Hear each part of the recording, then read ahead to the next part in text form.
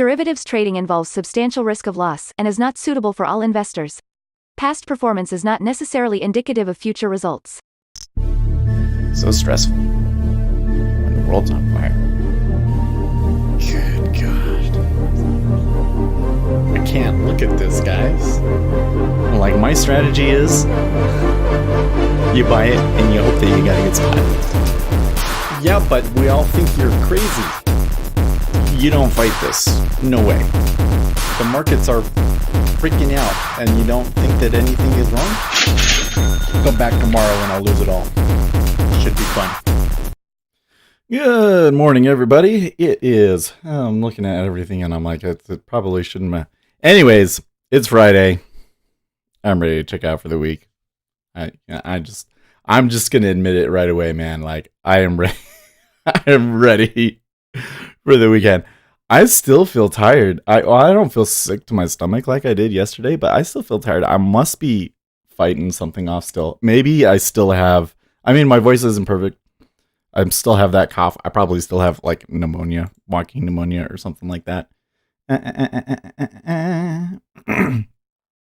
Anyways, let's go to the chart.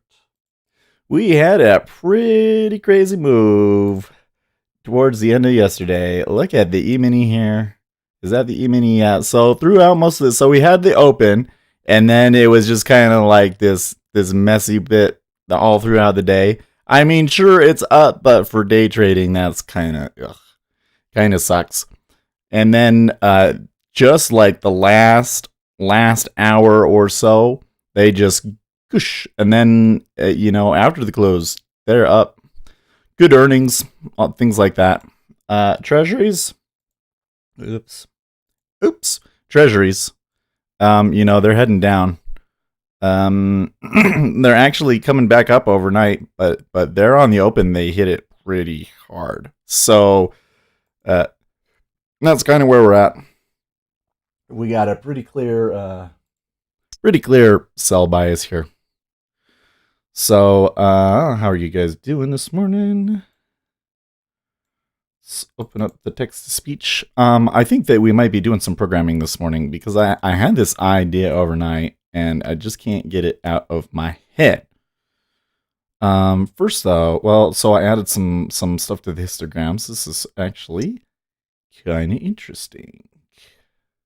I think the spikes on this might just be noise, but it's interesting that the level 2 changes is just going down on all of these. That's a little weird.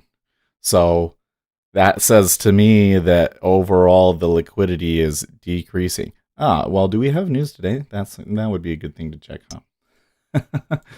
Oh, guys, I appreciate you guys coming in and watching every day, because this week I just do not feel worthy of your attention. Okay, we have building permits and housing starts, so that's probably why the liquidity is decreasing. Okay, I hear that.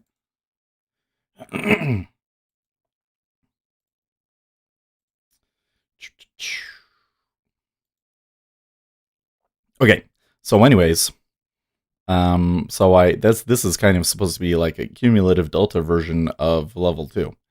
So that's what that is. And then this is supposed to be the level 2 compared to the volume, because there is some correlation, but not quite. That right there, 2 spikes for 2 bars is interesting.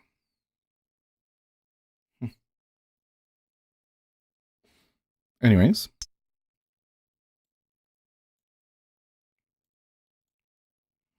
Noticing the theory though is that you should get these spikes should precede moves. So that's the theory. But I want, let's get rid of this one for now. I really want something that like, I just want to get like right in there. Like I want to see the level 2 changing on the very, very inside. You know what I mean? Can we get that? Like, let's make the interval width really big.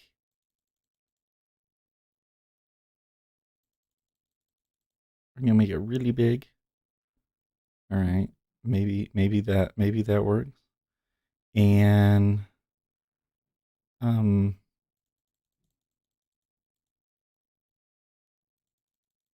that's 10. Depth tuner.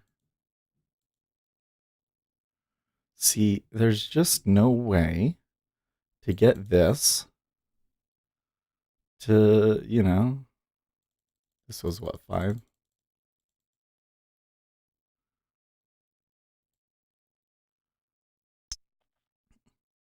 To show me what I really want to see on the very, very inside shortest time frame. So that's why I was saying I think we're going Uzi to program Knesset today. says take your liquidity histogram settings and change it to just one. Yeah, exactly. Your liquidity histogram and change it to just one, like what, 1 second? Duplicate in new window.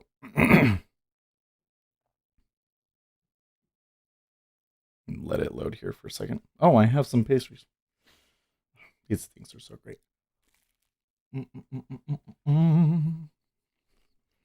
What is the shortest time frame that NinjaTrader will show me?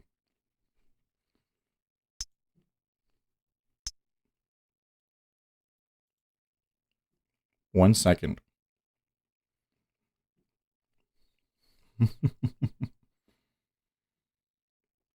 Uzi Knesset says no in Auction Vista settings, change depth histogram to just one. Every bar will be the changes of the inside level. Okay.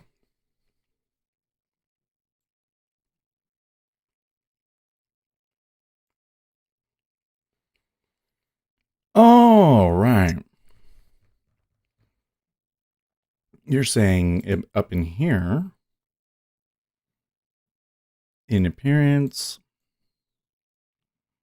Auction Vista, depth, imbalance, levels, 1.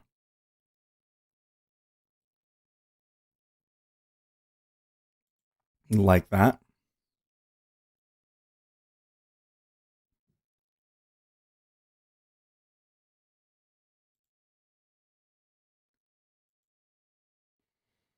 I Uzi forget Knesset says what then the set the flip interval one to is. 1 second. It doesn't get much smaller than that, unfortunately, lol. Oh, right. Need the interval to be 1 second.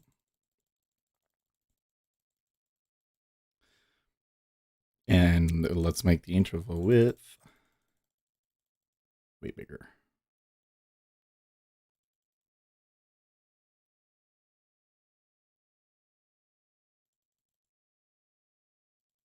No, maybe we don't need to make the interval width way bigger. How about that?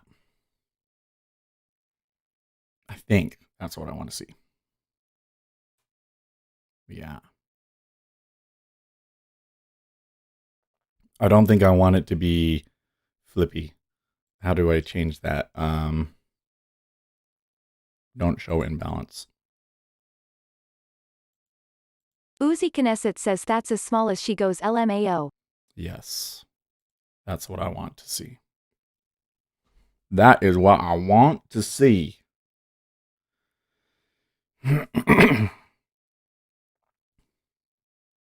And the offer is a little bit bigger than the bid. Yes. Yes. All right. So we got about a minute and a half.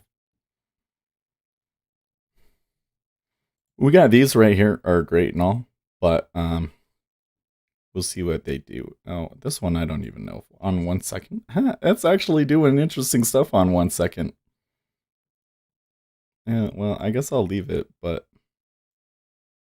this is what interests me right now. So I'm just going to make it like big. All right.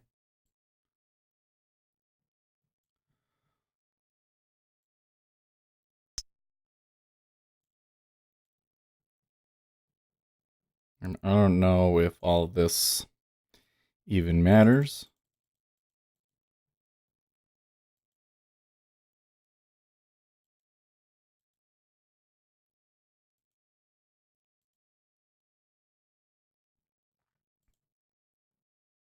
Five, 6.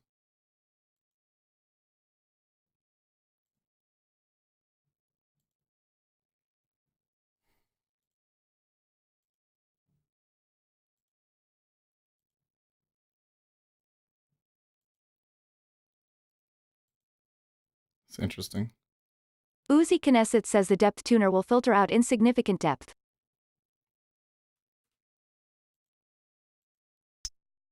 Yeah, see that's too sensitive.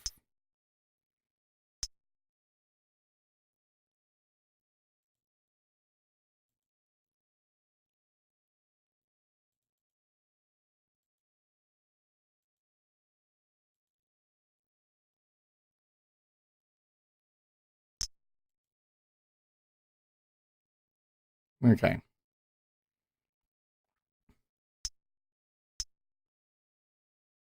See, I don't think that the depth tuner or the depth scope really do a whole lot for me, but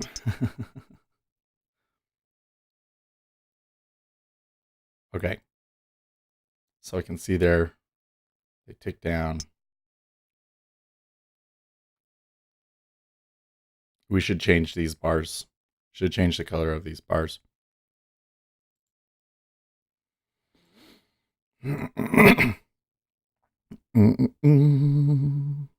Auction Vista.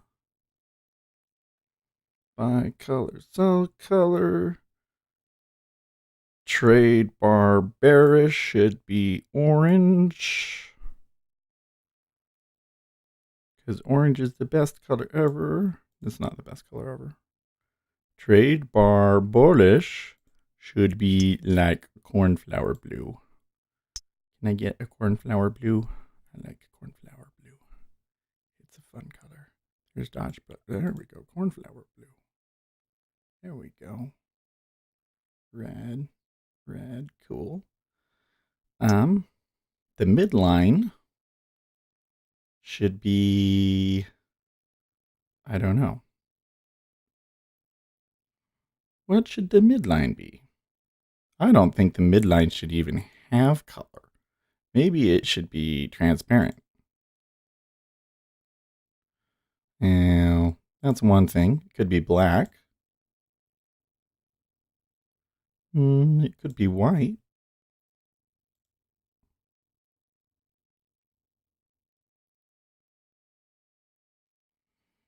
Let's try that.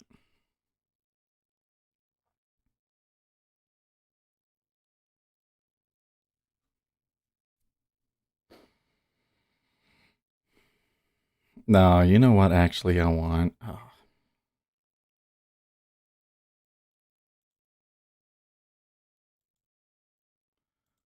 I want it all gray. I want the well, maybe not. I don't know. Just looks so ugly.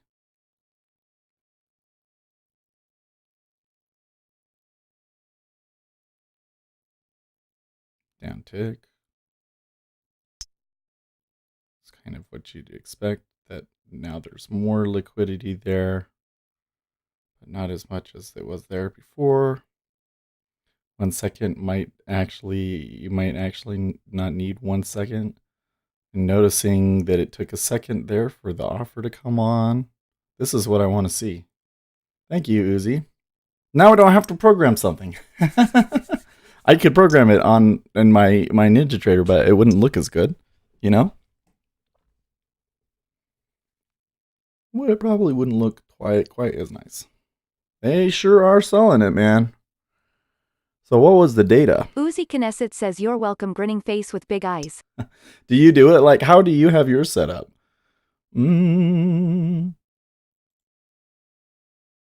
I remember one time you guys were trying to tell me a way to set up the Vista, and like I didn't get it, and so we kind of dropped it. Okay, housing starts 1.61 versus 1.38 and 1.42. Building permits versus 1.47. So building permits not quite as good as expected, but housing starts good. Good.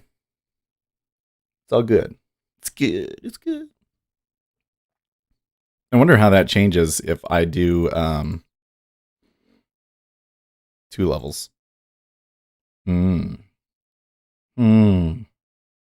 Probably 2 levels makes more sense. Says I do a 30-second interval, 10 levels considered in depth settings, imbalance shown.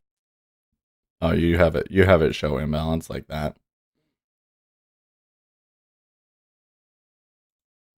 I Uzi mean, Knesset says, but I don't use the auction Vista chart all that much. yeah. I don't want to have the imbalance on it because I want to be able to compare it from here to here and see that it was the same number. Like if it ticks up and then it comes back down and there's less there or more there is kind of what part of what I'm interested in. I'm actually thinking here on this chart,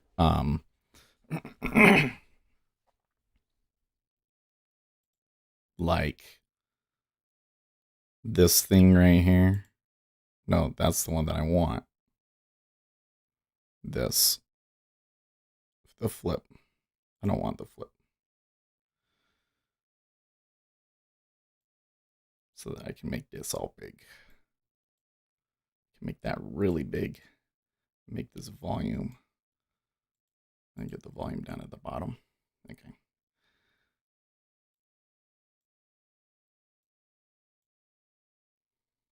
So that I can really get a good idea of what's happening. So here, this bid at 025 is actually, looks to me like it's maybe getting a little bit weaker. Which is what I should see here. It's 22. Now the question is 1 second too short?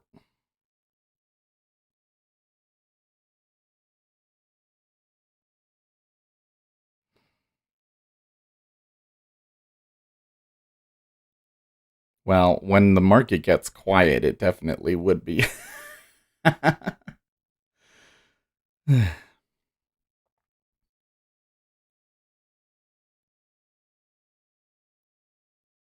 So the thing that I don't know what kind of, I guess it was kind of just when I was going to sleep, man, like as I got in bed, I kind of had this idea like we should really get a chart of just the inside so that we can see there's a pattern of how many times it goes, you know? So like here we can say there's 1, 2, 3, 4, 5 times, and now it's gone offer and it stayed offer. And that's kind of what I'm trying to look at. And then they took it. British. Uzi Knesset says, the way I see it, unless you're trading hyperfast, it really isn't important. I mean, you can even slice what we're looking at into smaller increments into infinity, lol. Yeah. I just I don't know. You're right that when I go through this, I may find that the edge that I'm looking for is something that's too fast for me. But it's just kind of what interests me the most at the moment, you know?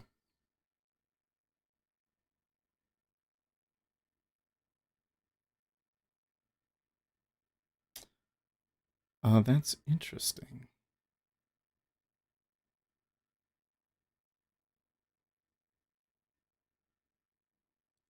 Is that why that happens? So they took O2 half. I didn't quite see how much volume it took there, but it took a bit. Okay. And then it was like almost the exact opposite the back way, Uzi Knesset but it says you held. kinda run the issue of getting lost in the microscope looking at things you don't have the money or speed to capitalize on anyway, you know? Yeah. But that so the reason that that happens is he spent money to make it tick down, and now he took it off and let somebody else take it short because he just wanted to push it down. Did that make sense? Like I'm the big guy. It's been sitting there for a while. I want it to tick down. I say, okay, fine. I'll spend 2,000 to make it tick down, and then once it's ticked down, I'll offer out 2,000 here so that when people buy back into it, I break even on those contracts, but it's still down ticked for me. So I get it to down tick, and I don't have to use any more of my bankroll.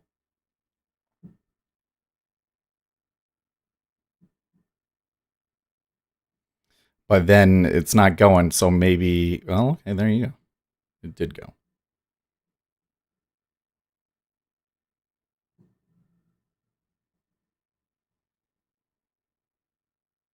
Uzi Knesset says also, just FYI, you can make the interval width 1 if y'all wanna see a bigger picture of the smaller picture lol.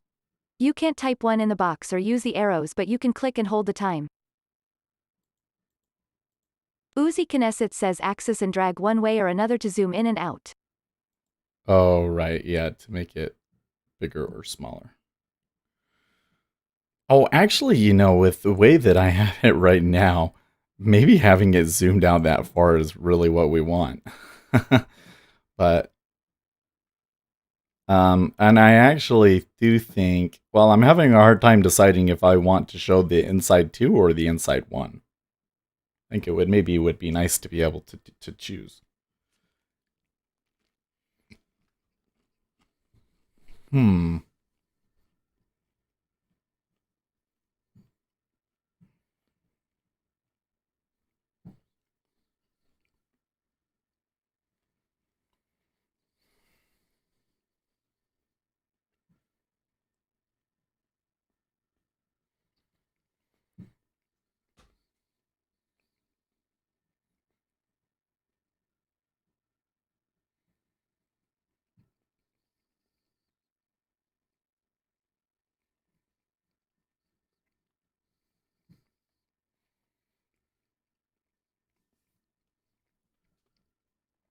If I change this back to the factory default colors,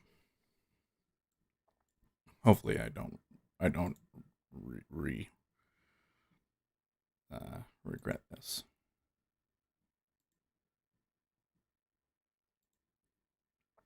Aha.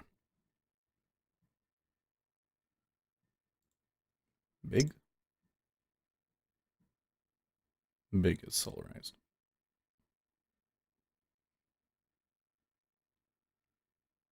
Oh, there's another factory. I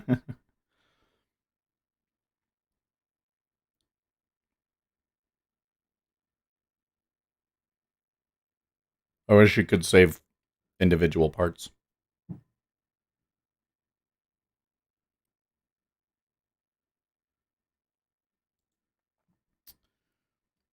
I'm going to go back to this one.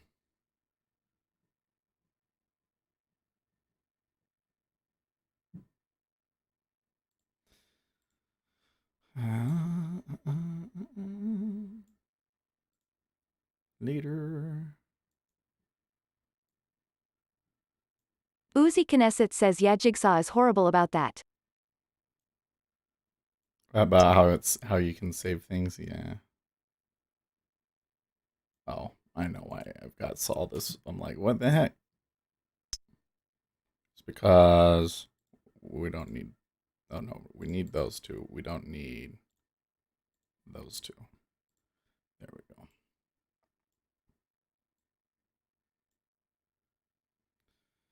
There we go. So now I can kind of fix that up. Man, how did I have this before? Must have given these more room.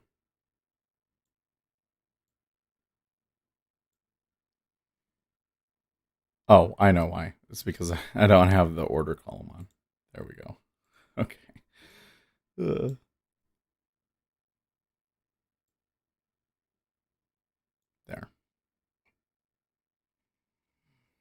So I'm going to do it like that. And then now I'm going to come over here.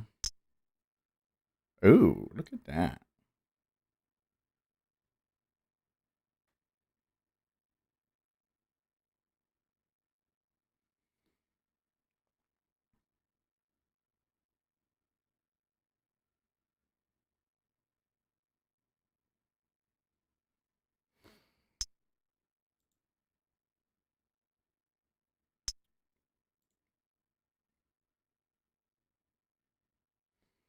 I wish that I could just pick one side and the other side and it would equally figure out the colors in between for me.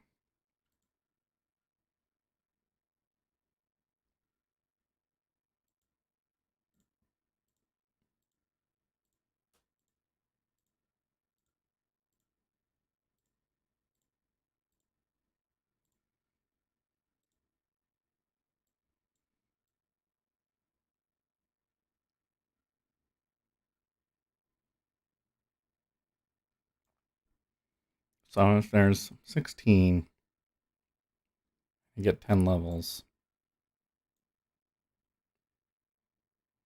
I'll just increase them by. So if this one's 0, I want 2, 2, 2, 2, 2.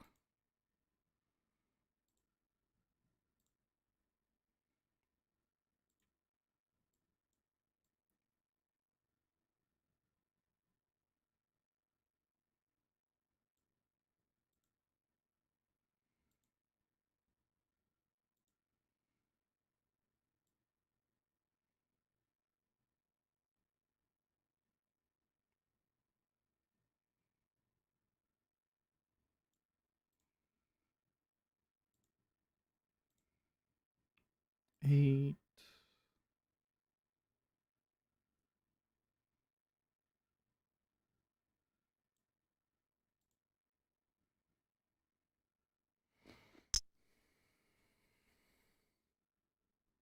No. You know what? Okay. Different take. Oh my gosh. Music. Parameters. Parents. Oh, here we go. Sans serif 16.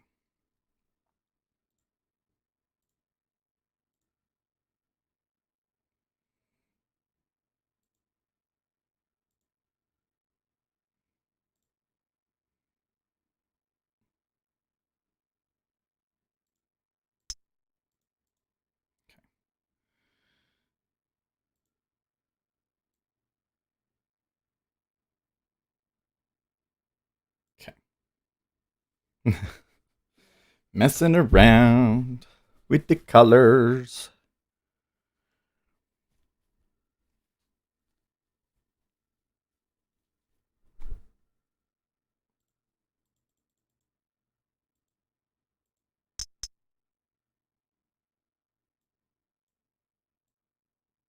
Oh, why is it on the left side now?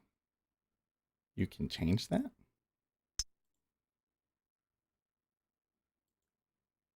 And let's make the circle. I haven't seen circles on these in a long time. So, shall we do that?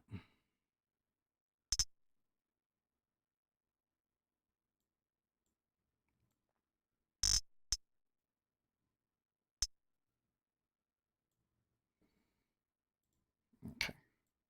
Now I can come in and I can.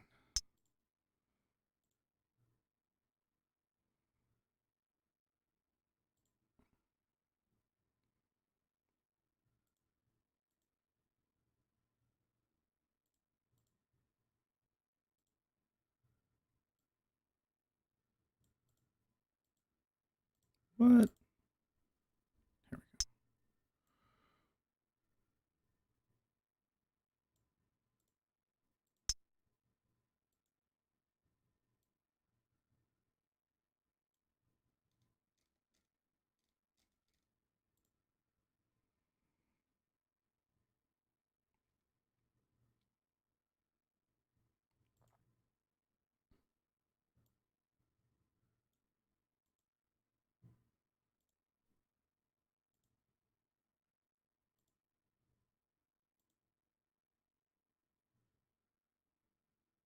go. Okay. I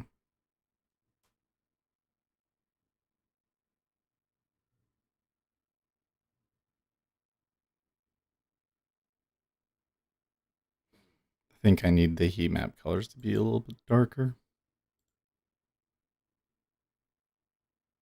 So we'll bring them down.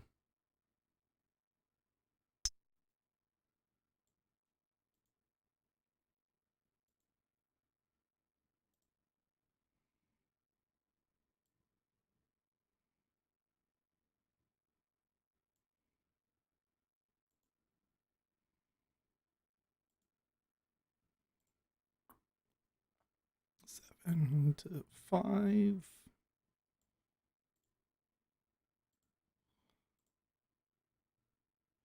9 to 7.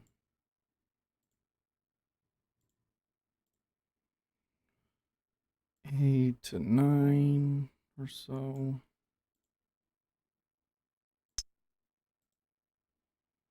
C to A.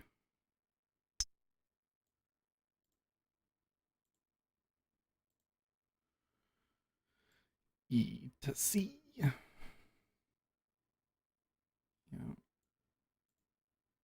this one.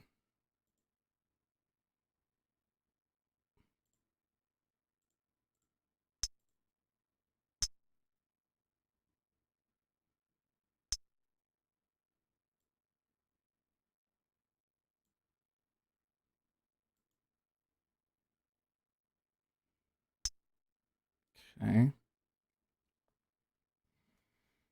I still don't like it. I still don't like it. Okay, a lot of more back and forth on that one though. You see that they came down and they're fighting it there now. Significant. Sitting here messing with colors.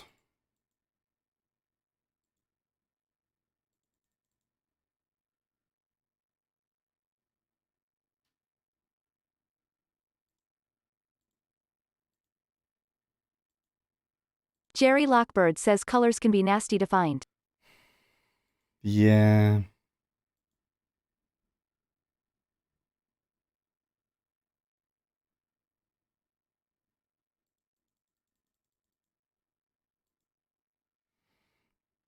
I don't know. It feels to me like no matter which way I do it, that these colors are not what I want.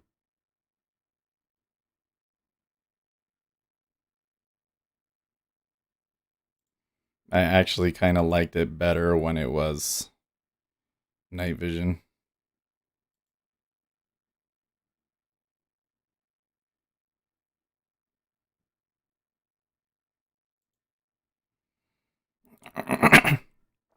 um,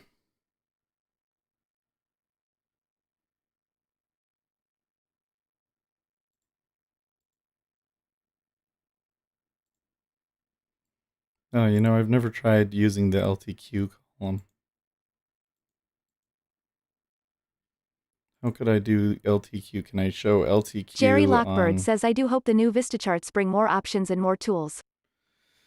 Yeah, well, I think that they're definitely planning on doing that from my understanding. But I think that the kinds of things that they're going to be adding to it are going to be like the ability to see VWAP on it and stuff like that.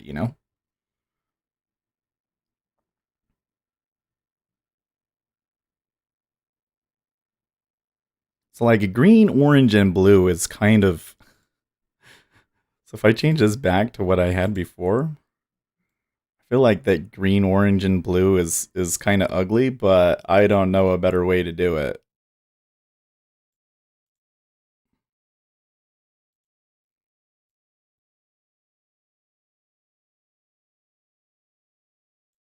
Cornflower blue.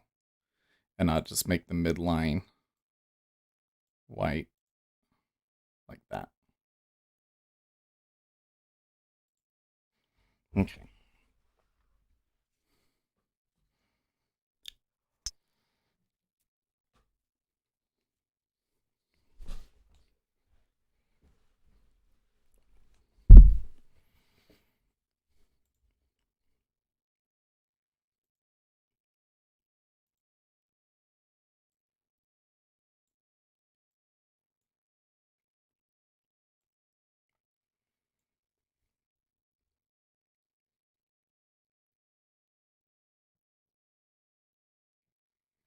Hmm.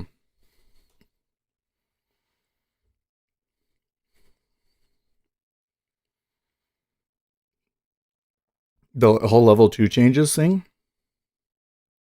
It's going down. Why is it going down?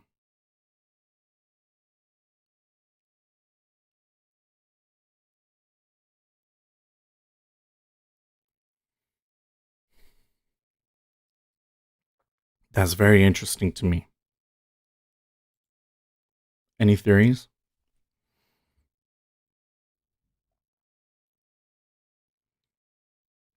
Like it is all stacks minus all poles. Which might tell us something important. I think we kind of need a day where there's not so trendy to really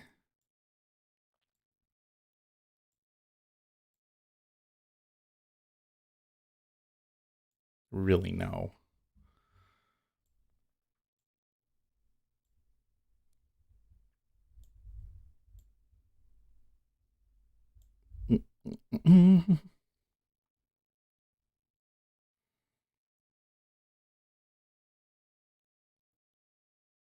I think I'm gonna put this over here.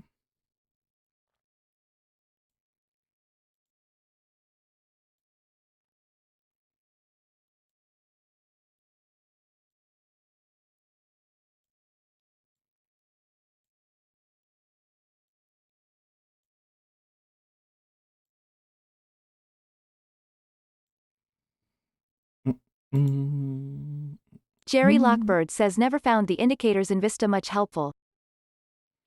Yeah, well, I feel that the Vista was really more built for e-mini traders, Jerry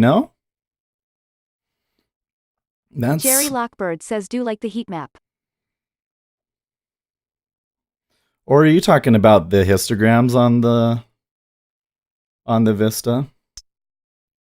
Well, I do wish that they had the histogram like I've got this histogram.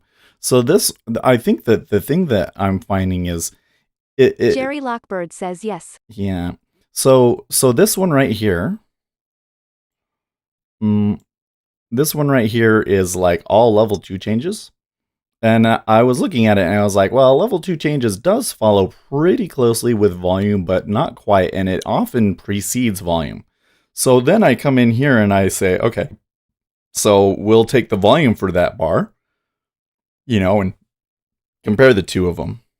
And that's where you get this one. So you can kind of see the situations where the volume and the level 2 are different. Like in this case, there's it's not really going anywhere, so there's a lot of level 2 changes, but there's like no volume, so you get a spike like that, right?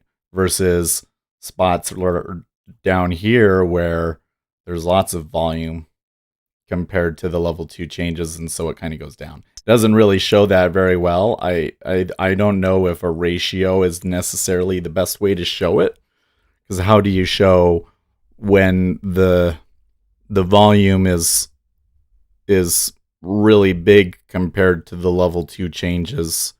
You'll just get these super tiny bars, and the greater that is, the smaller the difference between the bars are going to be. So I'm going to have to figure something out with that. Maybe I need to make some sort of a logarithmic scale of sorts with it. Um, but anyways, so the point though is that they track closely, right? And I think what happens is people say, "Oh, well, since it just tracks closely with volume, it's not useful." But I think it's incredibly. It's like volume, but better is kind of the way that I've been looking at it. Um, and I do kind of wish that they had that in Vista, because it would look so much better in Vista. But I also kind of wish that they had things like, oh, I don't know, like I wish that I could define the level that the colors are at. You know what I mean? Like I wish that if it was less than 500, then it would be black. And if it was 500 to 1,000, then it would be one color. If it was 1,000 to 1,500, it'd be another color. And you can't do that. It's like all relative to each other. And because it's all relative to each other, I think that I have a hard time getting it to show anything. Because I think there should be, well, kind of like that. You know, it should be like that. But you can't. It just doesn't really make a whole lot of sense. That's interesting. Is that because they stacked that big? There's a 24 and a 24, but there's a 5 there. See, that's where it's like, okay, if we include enough to get that big old 5, then everything else kind of starts to look irrelevant, right? Oh, oh my. Oh my. What was that?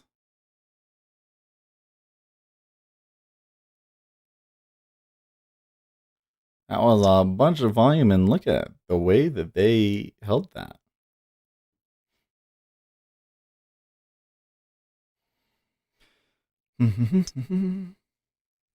Gary Rich says how much info is displayed, which actually helps execute a trade decision? Remember, a Christmas tree has lots of colors and lights. Well, the whole point here, Gary, is I don't know. I'm kind of on the search for something new.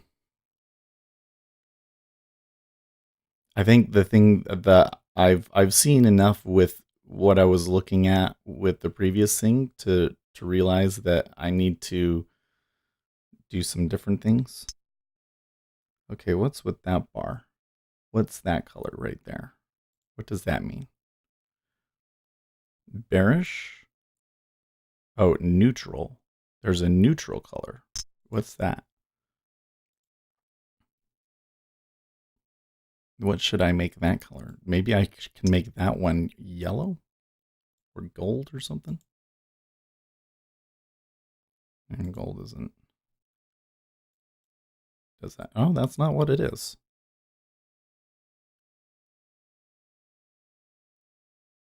Oh, no, it is. It is.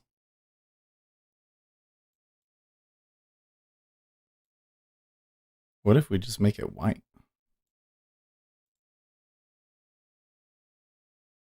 Or maybe even a grayish color.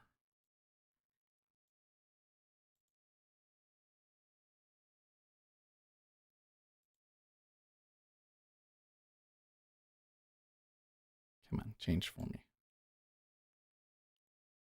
Dim gray is too dark. Yeah, let's do it like that. That must mean equal buying and selling there.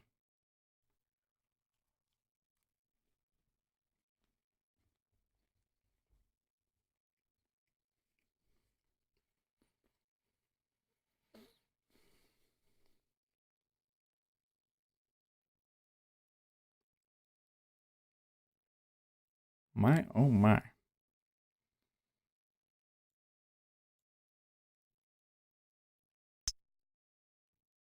This is quite the sell we've been getting, huh?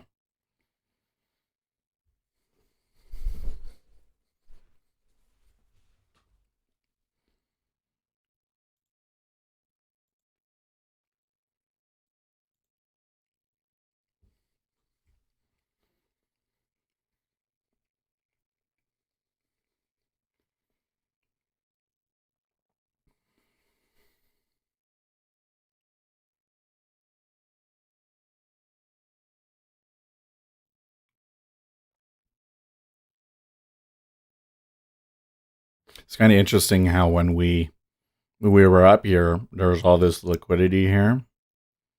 There was kind of at 31 and even beyond it. And we came back up and then it all disappeared. So like here's a perfect example. 32.21 on the offer. Pretty big, right? But you can't see it in the Vista. Jerry Lockbird says, but setting the volume by color is saying volume is always some kind of a meaning and sometimes it doesn't. I prefer to set the depth tuner so I can only see the highest liquidity areas. Yeah. You mean like this? Hmm.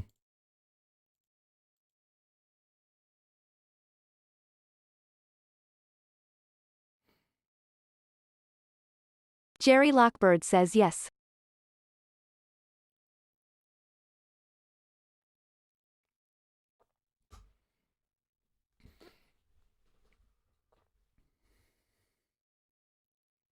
So that's kind of showing what I want to see is like we down ticked. So of course the amount of offer pressure is a little bit less, but then they stack. And they selling into the bid, so Ace the bid Trade is says morning. decreasing. Hey, Ace.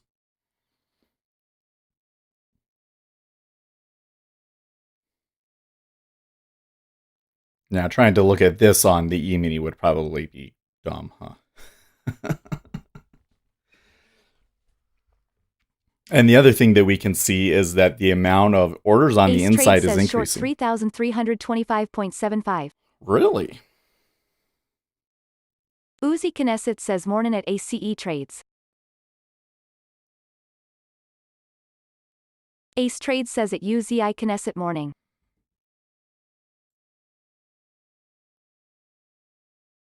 I don't know, Ace. I don't really see the,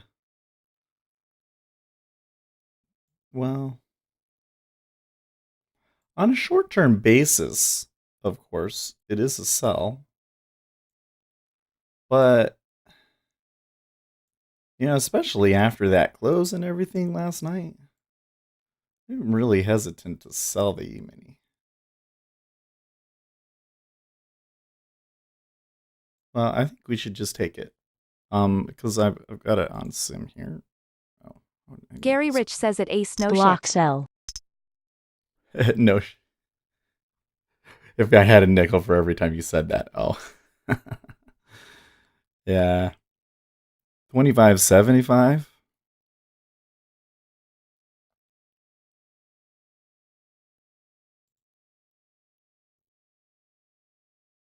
Man, they sold through that in the 10-year. No problem.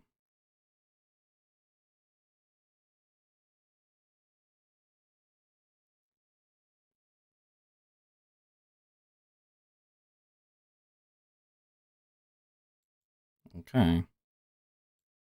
It's right there. So today, Ace Trade says now watch it make a liar out of me. Yeah. Now that I took it.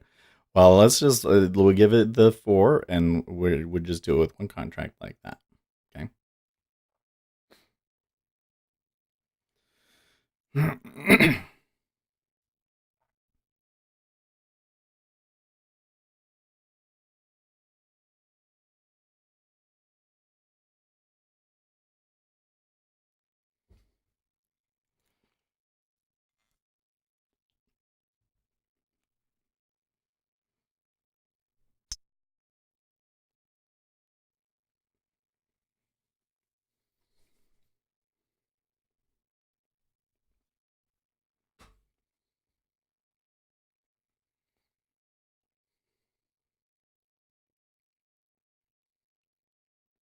Ace Trade says how's the weather up there? I don't know. Is it stormy? Is it like snowing outside or something? Well, it must not be snowing. Because I would tell if it was snowing.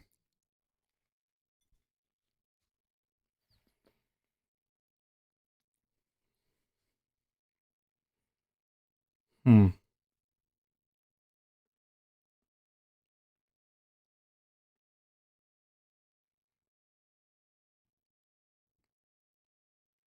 Gary Rich says Seth have you just tried to scalp? I mean just practice entry exits no nothing analysts, just click and go.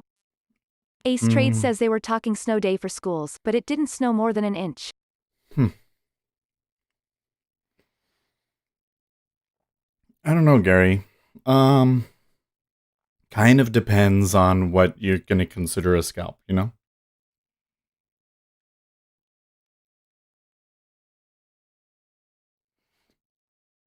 Usually, I mean, I have tried doing that in the E-mini and it was a disaster. Where I was just trying to click quickly, you know? Gary Rich says in and out. You know? You mean like, so like, Gary Rich says but in sim. Let's say in the 10-year, just trying to get 1 or 2 ticks.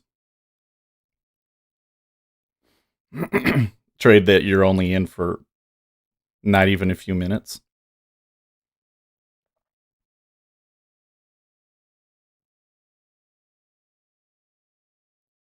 Ace Trade says trade is making me nervous. Hmm. I'm noticing in the E-mini that there's not a lot of liquidity above them. Gary Rich says yes any instrument. Ace Trade says I'm usually up 2 or 3 ticks by now. Well, we're after an inside bar. Air Cages says hey. Hey, air cages. I should move this. Ace Trade says at Air Cages morning.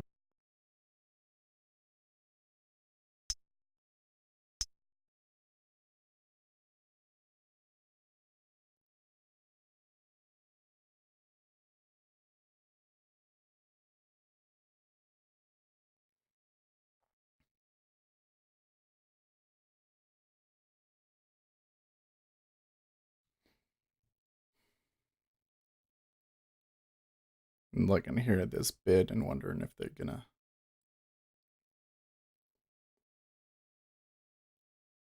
give in or not.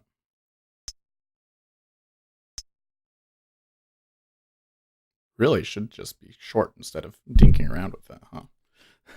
It looks pretty obvious to me that you're all going to make that. It's a lot easier to make money selling the treasuries right now than anything else.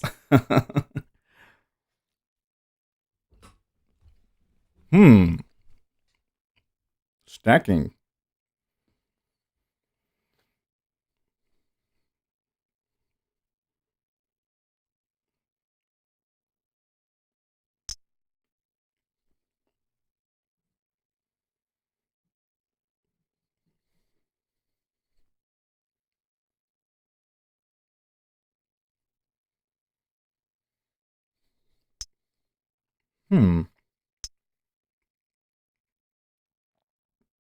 Okay, they ate into that pretty good, but this is a big iceberg there, 29.5.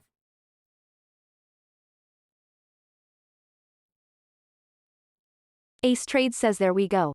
Looking better. Yeah. Really looking better in E-mini.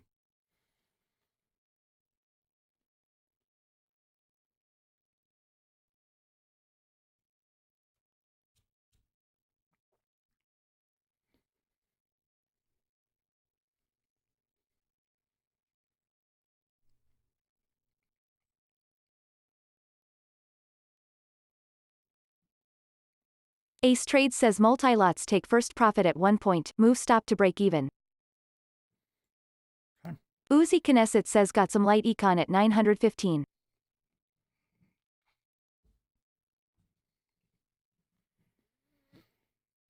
What do we got? Capacity utilization rate, industrial production.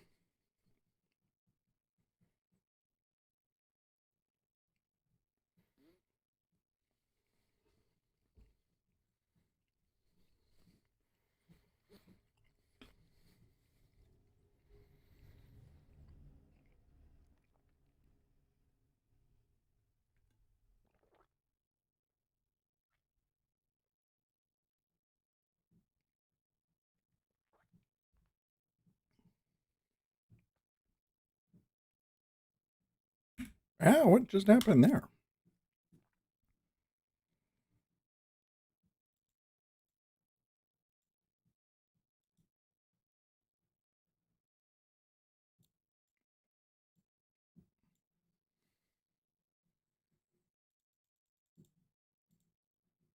Weird.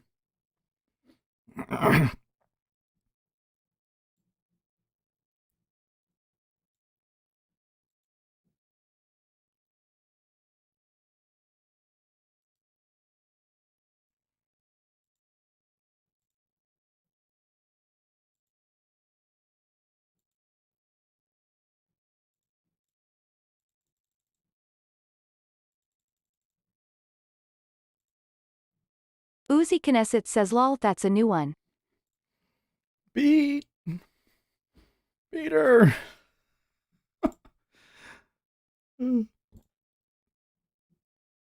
That fixed it. Uzi Knesset says close Vista chart and reopen perhaps?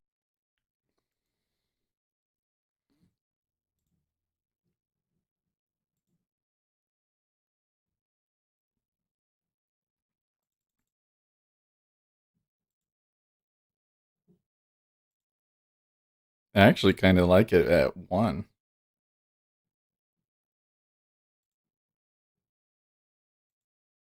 Let's try it at 1 for a while. I can change it, and it remembers, which is awesome.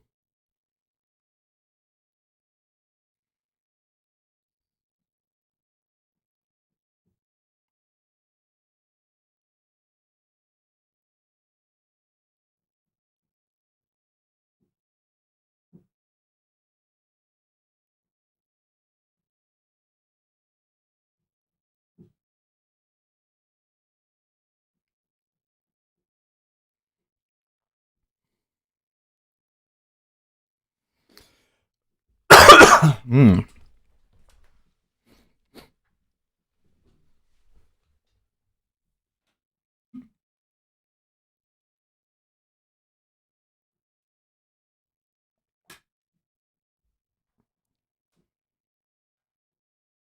Gary Rich says watch out, Seth found a new toy to play with lol.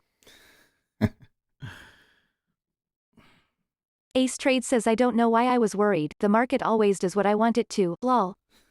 No, it's been biting us lately, Jerry man. Lockbird says yeah, Vista has its quirks from time to time.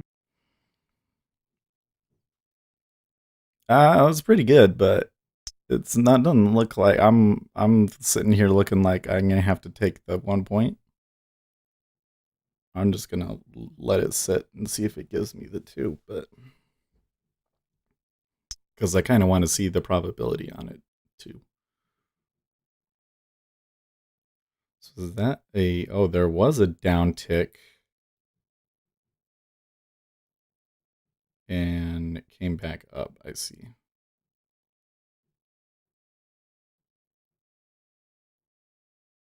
They decided it was just too much at 29 for now.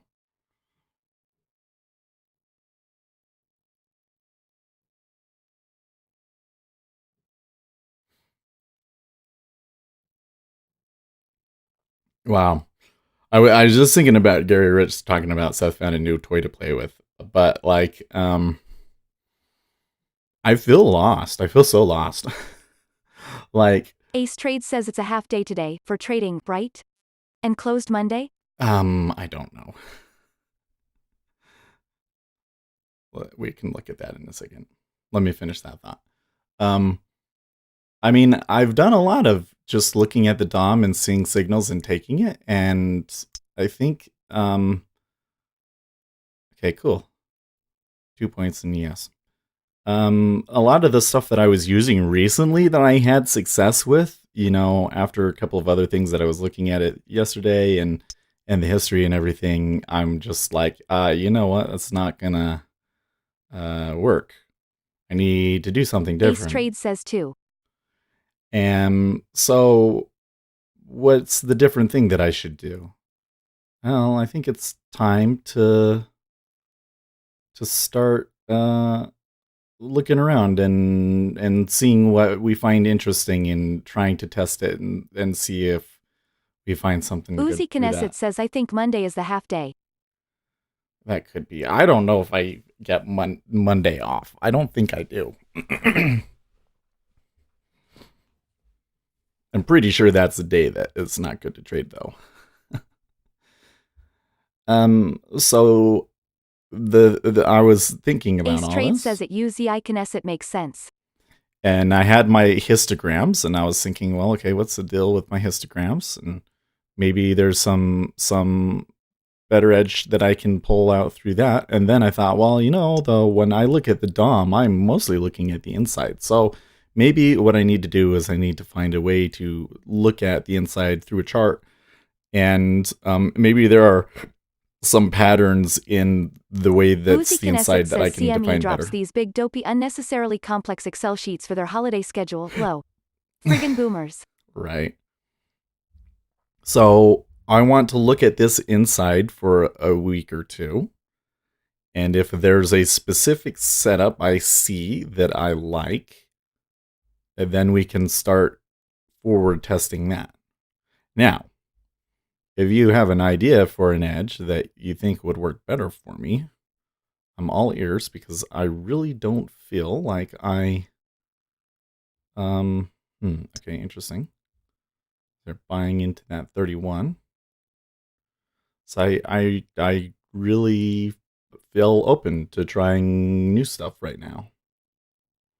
Like I know there's this whole thing about like people they switch between strategies and things like that, but like if you have a strategy that doesn't work, then you need to move to something different. And I think that I gave what I was doing a great chance. It wasn't like I was changing every week, right? We sat and we did that for a good solid Uzi 5 Knesset says I months. smell a sensible long here in ZB ahead of 57, but there's too much red all over the place for me to take it. Confused face.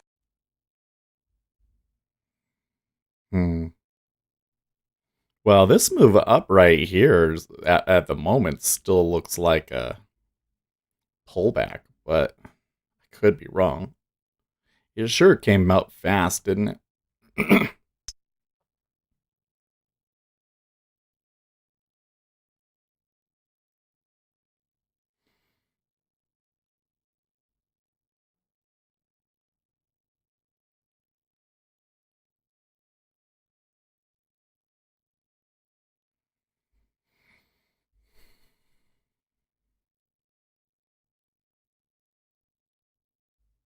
Now, interesting in the E-mini that as soon as it gave us our 2 points, it came back, huh?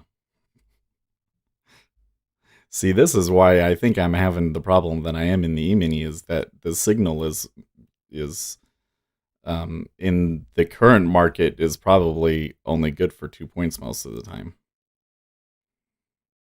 Like when we first started when Ace first started showing it to us, that was when things were all super crazy and the E-mini was like selling and everybody thought the world was ending. And now that it's like up all the time and volatility has Eric decreased. Cages says I just checked out that Amini dude. What's the deal with this guy and AlgoBox? I mean, I don't know. He has a set of indicators that he sells for $5,000, and he really doesn't like me for some reason. Oh, because I banned him from our Discord because he was rude mostly, but then also he was promoting other rooms, so we banned him. This is the one that I get that's so funny is they're talking about he's bashing us and he's like, why don't they let anybody? YM long at 416 short 355. Why Not don't enough movement to trade inside the range. why don't they let anybody mention AlgoBox? Well, because you're promoting another room and another YouTube channel. Yeah, I don't let competing YouTube channels actually, a competing room spam people. Like I'm totally down with people coming in. They're also running a stream or friends. They chat and stuff. But he was like there literally to just let's see how many people we can drag in. And he was just flipping rude. So I ban him. And then ever since then, he's been obsessed with me.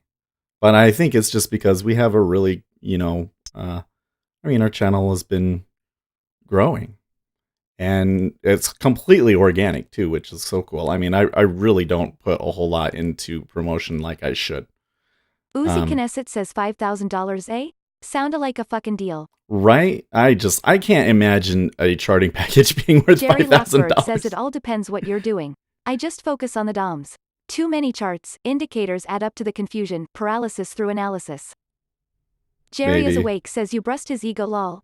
I think that it's just a marketing thing, You go and you trash everybody and you create contention Gary and that Rich gets says people S to long watch. 28 short 22 but beware of this tightness. Cause see, you guys, you hear about this, and then you're all gonna go over to his channel and watch the videos, and then that increases the views on it and increases its organic reach, and all that stuff. So the best thing to do is to just not talk about him, Uzi not watch the Knesset videos. says if your dipshit AlgoBox is worth that much, it must be good. In which case, why the necessity to sell it? Oh, yeah, totally. Well, I mean, you get more than just that. You also get like their chat room and personal, but I don't even want to go into that. But listen, people could sell something that's good, maybe, but Air Cages says so his indicators are a scam. So there are some people that could maybe if you go on to Twitter, there's Uzi analytical Knesset says, oh kinetics. boy, so like, more internet distractions? There's a guy on Twitter named Analytical Kinetics who actually was using their system for a while, and so here's the story. I'll tell you this story, all right? Even though, like I said, I really don't want to talk about it, but I'll tell you this story. So we were on the Facebook group, and there's a not our Facebook group, but there was a Facebook group for like e-mini Ace traders. Trade says long signal 3,324.50, but missed it, and too close to open. Gotcha. And somebody posted about it. Sorry, hold on. And let me mute this so that I can tell the story. Okay. So there's a group on Facebook for primarily for e-mini traders, but now it's just futures traders, I guess. And somebody asked a question about that system, and he was posting some of the results. Like he said, oh, well, you can try their free demo. And so he was trying the free demo and he was posting some of the results. And I was like, oh boy, this thing again. Now he's spamming the Facebook groups because he is the AlgoBox guys are known for just spamming and dishonest social media manipulation. So they will like on Reddit, for instance, he was using alternate accounts, and we know that to be the case because he forgot to log out of his alternate account, and then or he forgot to log out of his real account and back into his alt, and so he posted as though he was the alt. So he was talking about himself in the third person, essentially. So, they're doing that stuff all the time. So I thought on Facebook, maybe it was one of his stooges or even, oh, shoot. What was that? And anyways, so I'm looking through the thread, and it actually kind of looked like this guy was like legitimately looking at it. And he's like, here's the results that I posted. And I looked at the results, and I'm like, oh no, this is like terrible. Because he's risking like 2 ticks in the E-mini or he's getting 2 ticks in the E-mini, and he's risking like 16. He's risking like 16, and I'm like, well, yeah, so what you're going to see with that strategy is it's going to work out a lot. You're going to get a lot of winners on it, but then when it fails, it's going to fail hard. And I told them, yeah, you can do what you want with it, but this is probably what's going to happen to you. So this guy, he ignores me and he goes and he buys it because, he was having good results with it and everything. And he's going into the room and over time, he has losing days, and he's talking to other people that have losing days, and overall they're losing money and everything. And at some point he says, holy shit, Seth was right. And so he starts kind of, questioning things. And of course, Vinny picks up on that and kicks him out. So this is analytical kinetics. And so at that point, he started like really researching it and putting information out on Twitter, and he's poking all of the holes. And so he really understands the system and all of the things like way better than me. So that's one place I would go on Twitter to look and see the counter side of him, But man, it's like, yeah, Uzi, I can do a lot in the market with 5K. Screw that. Yeah, I mean, that's exactly my thought. And that was the thing that I was trying to get into later in the day. Yes, it was like, I'm not saying that chat rooms and software and things like that don't help, but they can only get you so far. And do you really want to blow all of your money on that instead of putting it into your account? I don't know. I mean, maybe there are people that really just can blow $5,000 at a clip, but that's not me. I'm wondering what the deal was with that stack and everything. That was a really aggressive push down, and then it just kind of died into this iceberg at 30.5. Yeah, Gary Rich says, who gives a shit? Well, apparently Eric Ages does. So that's the thing. That's all we have to really say about it. Yeah. Ace Trade says put a short on at 3,324.50. I have 3 points of house money to play with. Oh, really? Even on the open? Okay. Gary Rich says retards are always going to be around. Yeah, that's unfortunate. But I mean, let's be honest. I've had good periods and bad periods. It seems to me like that, or over the most recent past, that we're not having a good period, right? So the difference between me is that I recognize the fact that you can have an edge and it can disappear, and then we got to go and change it. So Gary that's Rich what we're gonna says do. Ace is stealing my signals and signs. Lol. You had a signal too there.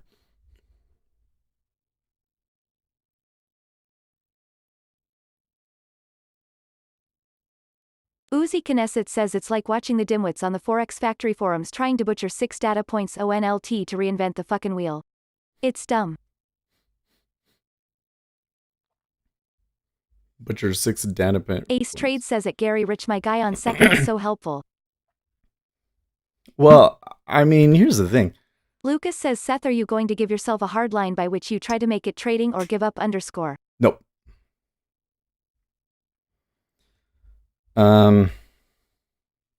This is not working. Let's just see what's going on here. I can see that bid is. Lucas says I am wondering if that is wise to do. It's what I am thinking of doing. Well, Uzi Knesset says you quit when you're broke, lol. You can do that. I mean, listen, well. Uzi Knesset says then start again when you're not. Haha. Yeah, exactly. I mean, I think for me it's a little different than maybe it is for most people. Like, I think most people, you can only justify spending so much on it, right? And how much is it that you can spend on it before you have to say, yeah, I really can't trade this anymore, right? The difference with me is twofold. Is one, I feel very strongly that we provide enough value here with our YouTube channel that even if I'm not trading it, it's worthwhile to do this. You know what I mean? And even if I'm not profitable, it's worthwhile to do this. simply because of the community, right? So that's the first thing. Is I want to just keep doing this because of the community. But then, I can afford to put a certain amount towards it, especially if we're just talking about trading micros. And if I just lose it, then I just lose it and it's okay. So, and the sim is really good. So I can always trade sim. So for me, at that point, the only thing that I'm missing out on is the time. And when I think about it from that perspective, that it's like the time, like, oh, what else could I be doing with my time? Like what? Sleeping in and then doing what? Like, honestly, guys, and maybe this is a bigger problem and maybe that's part of why I've had some trouble with trading lately. But like, if I'm not doing this and then I get home and it's like, well, what should we do? We're pretty homebodies, and lately I've been playing League of Legends. Believe it or not, I've been playing which is like I that's a game that like my friends tend to make fun of because it's not, it's like the popular game, that all of the plebs play. It's not a sophisticated game. It actually is pretty complicated, but you know what I feel like. It kind of has that tinge to it, and I'm playing it, and I don't even necessarily like really enjoy playing that game, but like there's a lot of people to play it, and like I can play a lot and grind it, and right now at the level that I'm at, I just absolutely destroy everybody. So like, hey, That's what I do. I play video games that I don't even really enjoy. So like, yeah, I feel like that if I wasn't doing this, I would, I would be depressed for a really long time first, and I would have to like completely redo my life. Which, hey, maybe that would be something worth doing if I there was actually something else that I wanted to do. You know what I mean? So for me, I don't think there's any limit. I think that for me, I could end up just trading sim and never having success for 10 years, but as long as we're doing this, I say it's worth it. Huh? Mm-mm.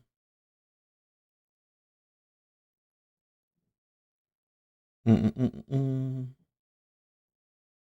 Let's see here. Lucas says exactly, so the way I see it, it shouldn't take me, say 5 years. I don't want to be investing into this if I am wasting my time. It has to be a point where I say enough is enough. Ace Trade says at Lucas, how long does it take till you are a successful heart surgeon? Or lawyer? Lucas says college, a master's degree, learning some new skill, working more to earn more? Money-wise there's a lot of investings that you could make to earn more. Ace Trade says, was Michelangelo successful day 1? Or 20? Lucas says at ACE Trades, good point. Gary Rich says you should be successful in 5 years, no excuses. Live Action Maybe. says, Seth, if you count the ticks on swings between 10 years and 5 years they're often the same. Yeah, that's Lucas says true. at Gary Rich, well that's what I am arguing, if you are not successful by that date, do you give up? Ace Trade says at Lucas, guess it depends on your goal and definition of success. Yeah. Lucas says those are very valid points, Ace. And it depends on what you're getting out of it. Gary Rich says nope, keep going, never give up, never give in, stop doing wasted shit but market stuff. You will lose sleep working hard. I mean, I think that for most people, well, and this is the other thing is, oh geez, look at that bid stack up at 129 even. I think that most people, they wanted to get into trading, to make money. And then if they go through it and they realize that, let me rephrase. Let me rephrase this. If you knew that you were never going to overall make money, would you still do it? Because I would. Uzi Knesset says you'd be surprised how well having a base level of knowledge and a lot of balls can work out, lol. And here's another thing is just remember, past performance is not indicative of future results. And we keep saying that, like you might see somebody and they've been really successful last year and then they're not successful this year. But it goes the other way. Just because you're not successful now doesn't mean that you're not going to start being successful. And, a lot Gary of it, Rich it can be says a lot at of different UCI, things. yes. Like, honestly, I feel in trading right now that you kind of have to have thick skin because the environment, there was a short time period there when the 2 and 10 were inverting. And shortly after that, Ace Trade says if you get through 3,320, she might make a good drop. Yeah. Okay. Do you think I should just stop into it? Well, hold on a second. Where's my... Lucas says at UZI Knesset, you can say that again. Balls are a huge part of successful trading, that's what I believe anyways. That's why most folks make money sim trading but lose live. I'd really like to see them go to 33.1675. Okay, so I could put in stop here. Okay, anyways. So there's this whole thing that like the environment is not necessarily conducive to trading. Okay. So I say that what you want to do right now is trade, save your money, so try not to trade into something that isn't going to work. Gary Rich says, Seth, you must decide what matters more, succeeding at trading and be serious or play around with it. Cut the BS out of your life and take this stuff serious. Ace Trade says, Seth, I can't give trading advice, I don't have my Series 7, are you trying to entrap me? Also, no. Epstein didn't kill himself. Uzi Knesset says, think of how many trades you don't take, think of how many winners you bail early on. There's no indicator on earth that will change those things, person shrugging. Sure. Okay. But anyways, my point was, going back to what I was talking about. Um,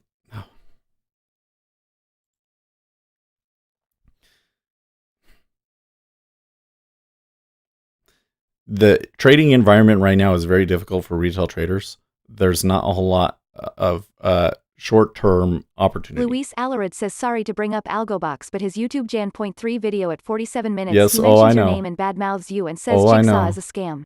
I know, Lewis. The very first, the part 1 video of his is so crazy. But and I think that I would have a great case for defamation, but like why should I waste my time with it, you know? Anyways, so if the short-term environment is not good for trading, then you just wait until it is. So now is a good time to learn how to trade. Don't waste money. Trade it on sim and wait until the time period that the trading is going to be good. And it might take a long time. It might be 10 years, but it'll come. And you will have an advantage because you've developed that skill. Yeah. But we should realize that this is a difficult environment for short-term trading. Live Action says ask Hulk Hogan if it's worth it.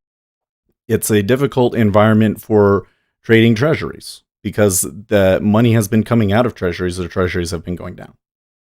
It's a difficult environment for equities because even though money's Lucas coming says, in... I have to say I 100% agree with Gary.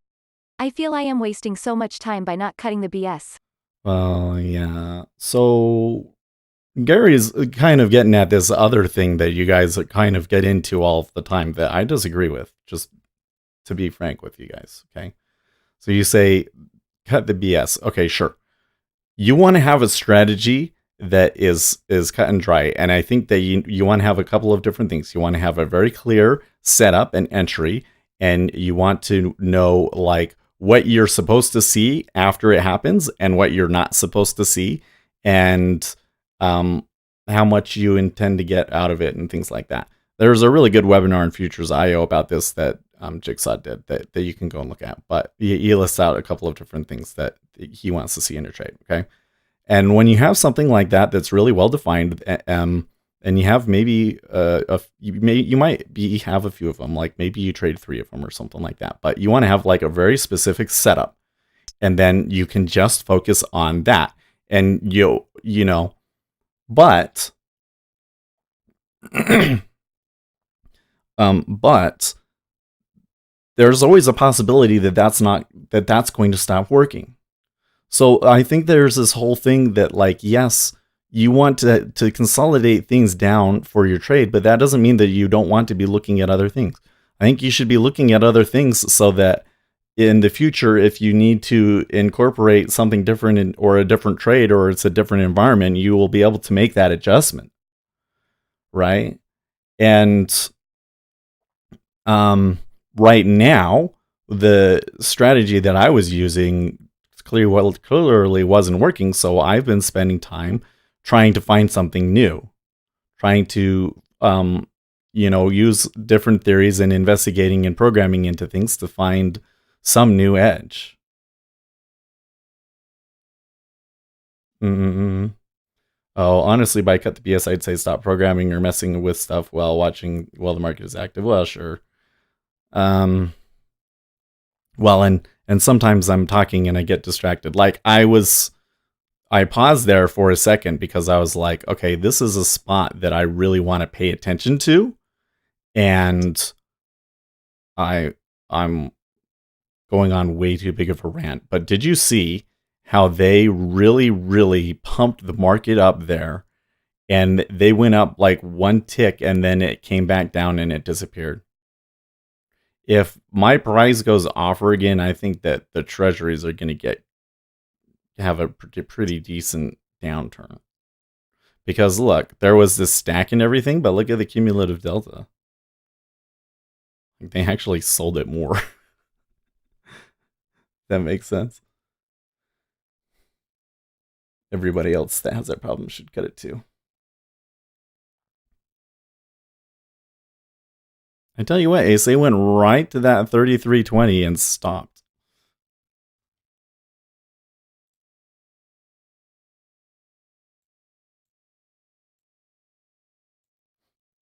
This first hour looks pretty negative, though, don't it?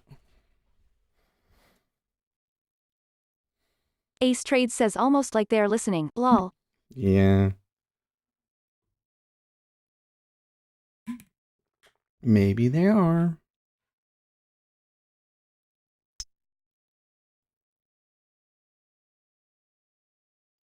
Okay, did you see that?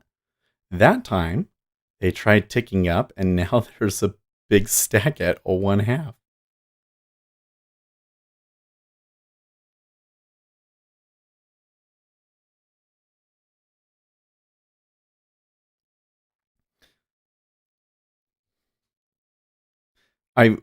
We see these things all the time, but seeing it here on the Vista chart makes it so clear what's happening, right?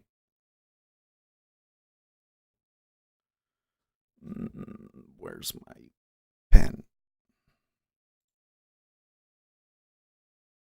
Do we want another short signal?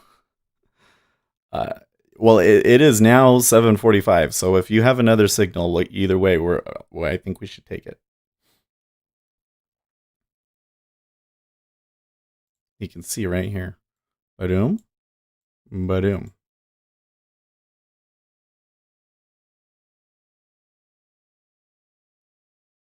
See what happens. Ace Trade says 3,322.00 short.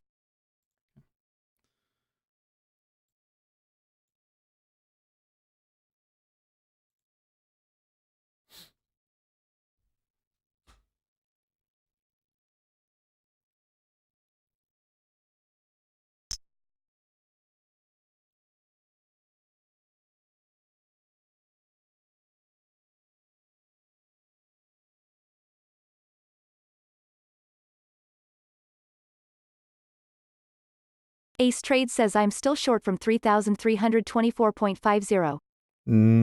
Okay. See, that's where the whole multi-lots thing comes into play, right? Like, I think that if I only want to trade it with one contract, that I really just always have to take the 2 points, because Uzi it would Knesset have says I'm going through his Twitter page right now. stopped me It's a out. comedy fest, lol.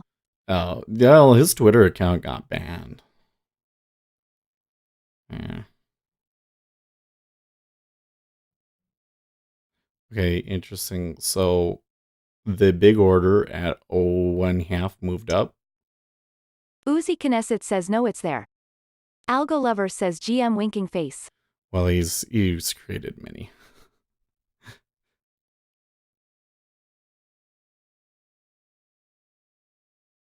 Uzi Knesset says and his charts look like indicator vomit, lol.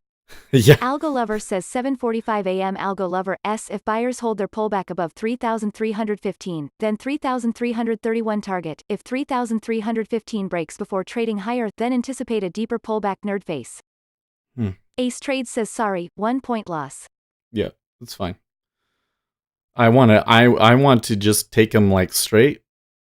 1 point stop, 1 point target. Do that for a couple of weeks and see what the stats we come out with are. Algo Lover says HAGD, thumbs up, enjoy the long weekend. Hey, thank Smiling you. face with sunglasses. Air Cages says are we still talking about Algo Box guy? Uzi Knesset says looks like he's a smoker like me, face with tongue. I don't really want to talk about it. Why are you guys still talking about it?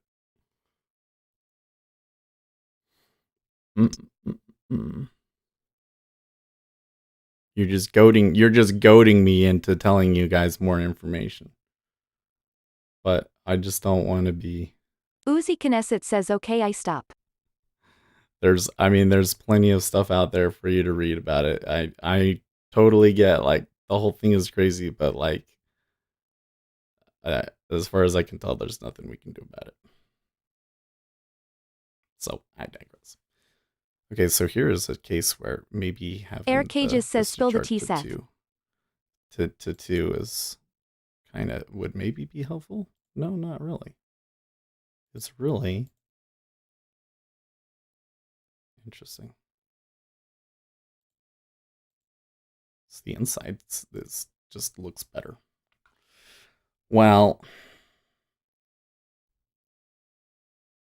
a 1/2 bid.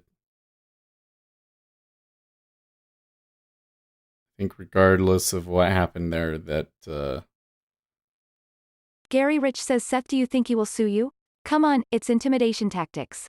could. Uzi Knesset says the thing I love about snake oil salesmen is all the nifty buzzwords they come up with. He says that he's going to several times in that video. He hasn't. I haven't said anything. I only say things that are factual about it. Ace Trade says at UZI Knesset, when I open my own room, it will be called quantum kinetic trading. How does that sound? Uzi Knesset says YouTube LOL suits. Yeah, I just can't believe the video is still there. Like the other ones, I think that what happened was they gave him a warning because he toned it down, but that video shouldn't be up. It should be deleted. Luis Alarid says sounds expensive. Yeah, and I mean, here's the thing: is he called me a scammer? Uzi Knesset says sounds pretty good. Lol. Because we have a Jigsaw affiliate link that we got for that video. Uzi Knesset says should separate some suckers from their money. Hee. Gary Rich says send him my way. I'll go bankrupting him. I'm mean. Ace Trade says at UZI Knesset and I'll charge $500 a month because the more you charge, the better the room is, right? Right, the more you charge. says you said you were going to stop talking about this shit. Yeah, you're right. I just did. You're right. I was says LMAO. You had goaded me into it. But now I started a thought I should finish it, right? He said it was a scammer because we had a Jigsaw affiliate link, which, hey, guess what? I promote software that I like.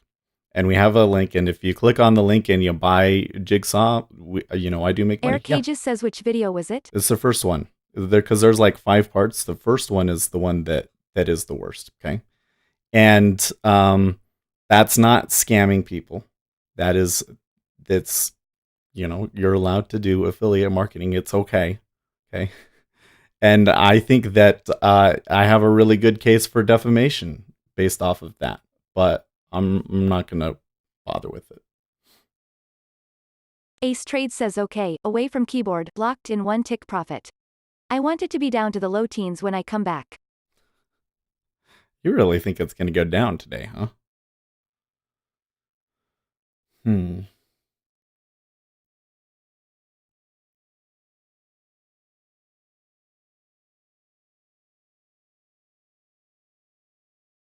It's curious to me how they downticked on so little in the 10-year right here. See how it was like there was a pretty good stack and then all of a sudden it just completely disappeared.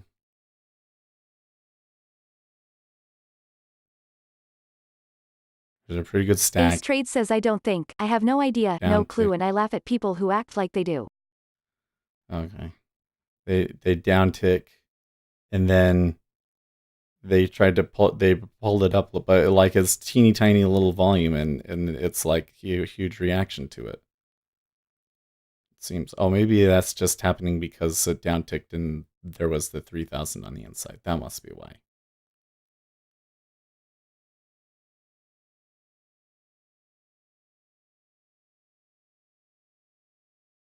Lucas says all I know is I know nothing. Yeah. Well, I don't know what Ace uses as his trigger. I really want to know. We gotta get together, Ace. You gotta get together. You gotta tell me. And I will keep it a secret. I won't tell anybody. I won't even tell John. I might program something for it though.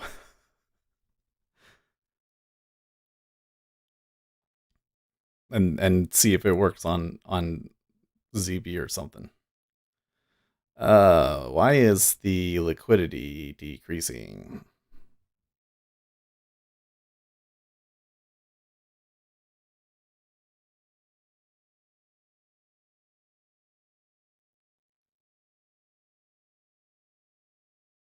Octavius C says news in 5 minutes. Well, there is news in 5 minutes. What is it? They're looking for preliminary U of M consumer sentiment, jobs openings, and inflation expectations. But 5 minutes before? I don't know. Lucas says, is there a way to reverse engineer Ace's trades? You are a programmer after all, face with tongue. Well, I've been trying, but I haven't figured it out. I thought there for a moment that I had figured out what it was, but Gary Rich I don't says, think Seth it and is. Ace really need to get together. All this secret gay stuff is getting me jealous. Lol. Well, we're having a baby Live shower. Action says 164 contracts hit offer on Zianet. Yes, low. We're having a baby shower, and hopefully he can come to the baby shower. If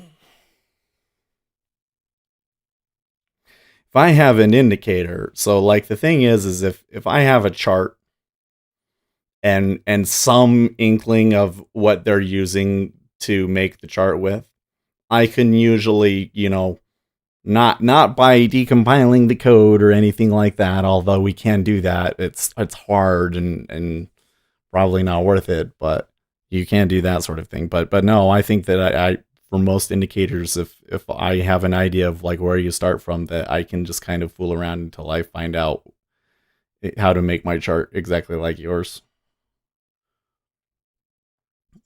And that's why we were talking about the other day. Was somebody was posting a screenshot, and I was like, well, like tell us what the indicator is and what you like about it, and we'll make one for you for free. But the person was probably just trolling, and either was just trolling or really didn't honestly understand anything about the indicator. Okay.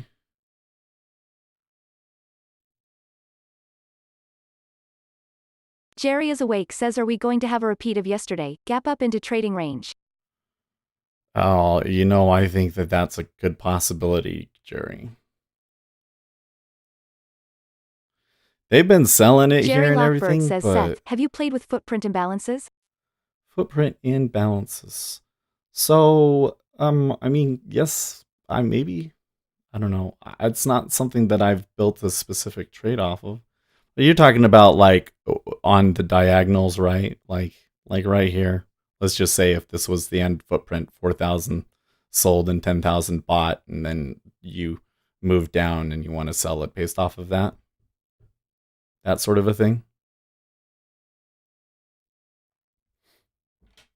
Jerry Lockbird says yes. Yeah. I don't know. You tell me how you're supposed to read it, because I've found that you can see an imbalance like that and it doesn't matter. It seems to me like if there's 4,881 there, that we're more likely to move up there, but look, that's not what happened.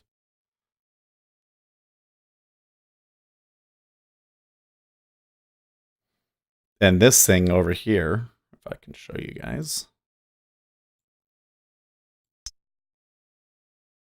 I started making it cumulative. Was there more stacking or pulling? This line right here that's going down on the right side of the screen, and it consistently Lucas says, goes talk down. about not playing the pullback at previous lows. It consistently Jerry goes down. Lockbird says, I've seen some interesting screenshots, but obviously needs to be adjusted to each instrument. So it seems to me that the majority of movement happens because somebody pulls orders out of the way.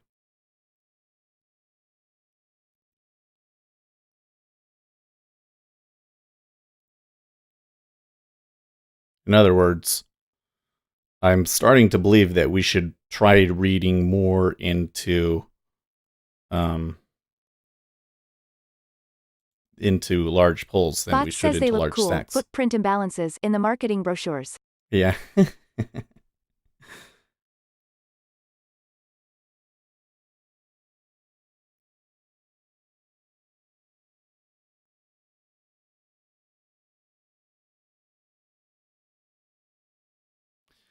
Okay.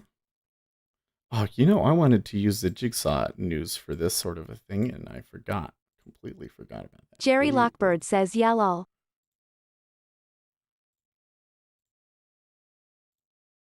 Gary Rich says, do you understand what consolidation, accumulation, distribution within the order flow, profile, volume and price chart?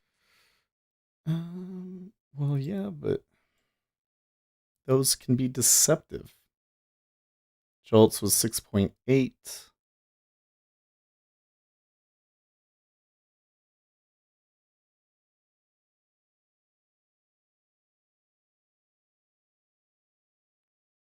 So consolidation is going to be like we come up to an area and you'll see a big iceberg and then you'll see it kind of Bots grow says if they like worked at Goodwood Market Delta have filed for bankruptcy protection? it'll be like their lot will trade there and then the lot will trade there and it'll kind of grow until they've built the Lucas big says Uzi taught me about distribution, but I don't know about accumulation. okay. Accumulation is going to be more like it's been sitting there for a little while. Well, accumulation and distribution are kind of the same Uzi things. Knesset says no shit? Man, I remember looking at MD forever ago.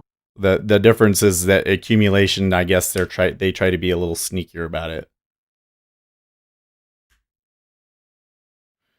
But I mean, that's the thing is that you can. There's always equal. Like this is the thing that drives me nuts about when people talk about signals, especially when it comes down to volume. Is like there's two ways to put orders in. You can be the limit order or the market order, and 50% of all of the people that are taking the of all of the volume, not of all of the people, but half of all of the volume that you see is people going short, and half of it is orders going long. They're always equal, but you can get an imbalance because like one big guy might go short against a bunch of little guys. And that's where you get imbalances from. And the big guy always wins because the big guy can just pull the liquidity out. Right? So that's where volume can tell Jerry you deceptive Lockbird things. says I've seen similar situations on the current trades columns itself, where we have a strong volume traded at a price and from that moment prices cannot move below that price. Yeah.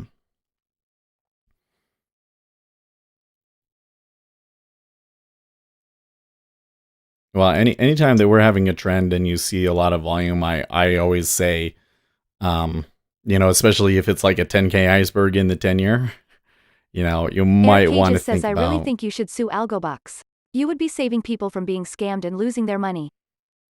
Hey, I'll tell you what. Any money that you guys donate to the channel through YouTube comments, I will use for legal purposes. How about that? But right now, like, or I'm having a kid in 4 weeks, and I don't have all this money to go and pay for lawyers to go after somebody because they said stupid shit on YouTube that only a few people watched. Gary Rich anyways. says when you see volume spikes, watch when it reverses and see if it punches through. I really feel like we're gonna move down, but I don't know. Jerry Lockbird says treasuries became too thick. They sure became thick on the offer side, didn't they? Jerry Lockbird says to slow. Bots says stop talking about what's his name. Yeah. Lucas says oh they can be thicker.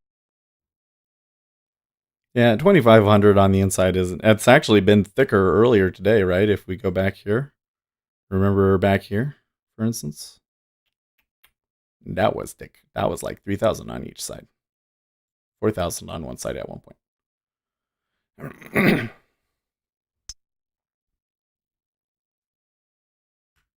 So like right there, like 2,300 people sold, but 2,300 people also bought on limit. Live Action says before you look for attorney on contingency ask what your damages are. Well, Uzi yeah. Knesset says man when I first hit the 30 years there was like 8k plus on the inside 10 either side. Liquidity is mad low since I started.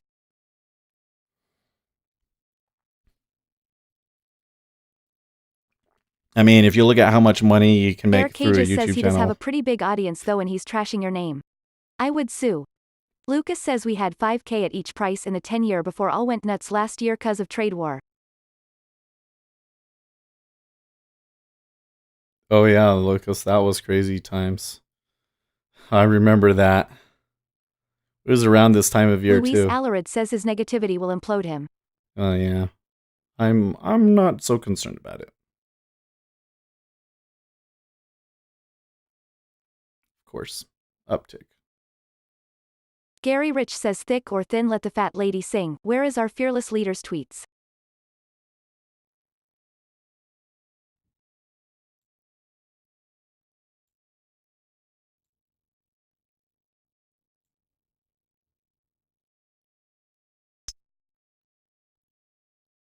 When I look at this Uzi on Knesset says he quiet now that the hammer is falling. nah.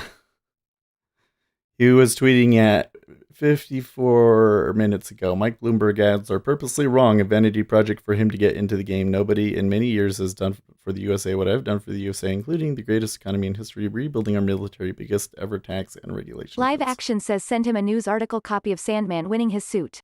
I don't think that he really has anything to say about it. And probably what will happen is when impeachment begins on Tuesday, then he'll start tweeting about what's going on, and he will mostly just copy and paste comments that senators made. And that's kind of been his MO lately, is re pasting what other people have said.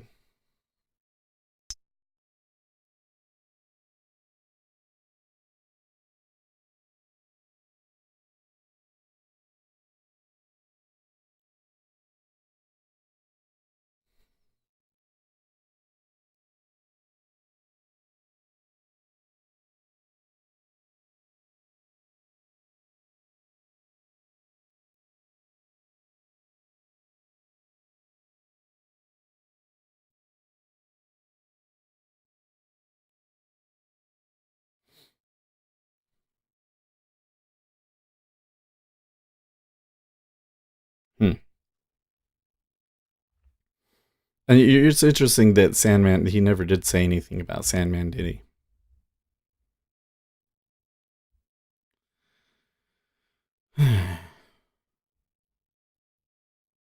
Oh. Statement regarding Professor Dershowitz's role in the Senate trial. Professor Dershowitz will present oral arguments at the Senate trial to address the constitutional arguments against impeachment and removal. One of two. What's the other? Let's look. What's the other half of what he's saying? Uptick again. Frustrating. Oh, he hasn't posted it yet.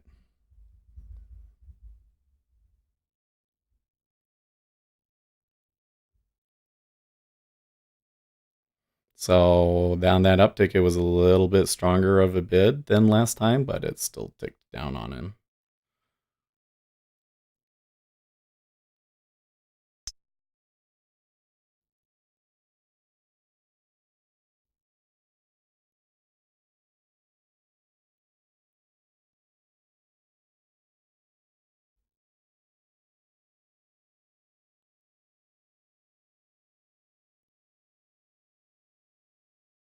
Hmm.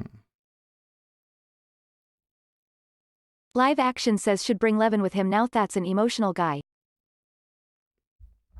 I'm really just sitting here thinking about the action today and everything. I'm starting to become more and more intrigued by this idea that the polling matters more.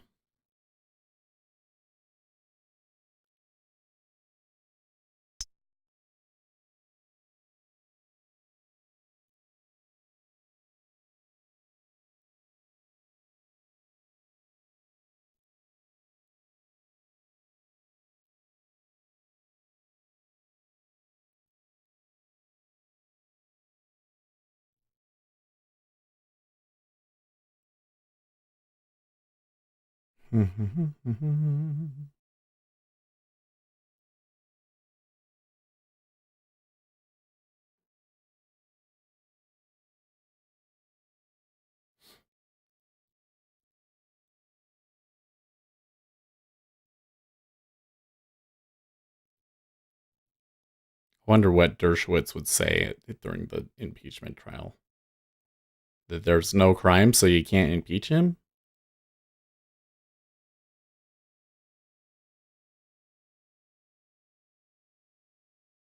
Bots says, are you talking about your love life before you met your wife?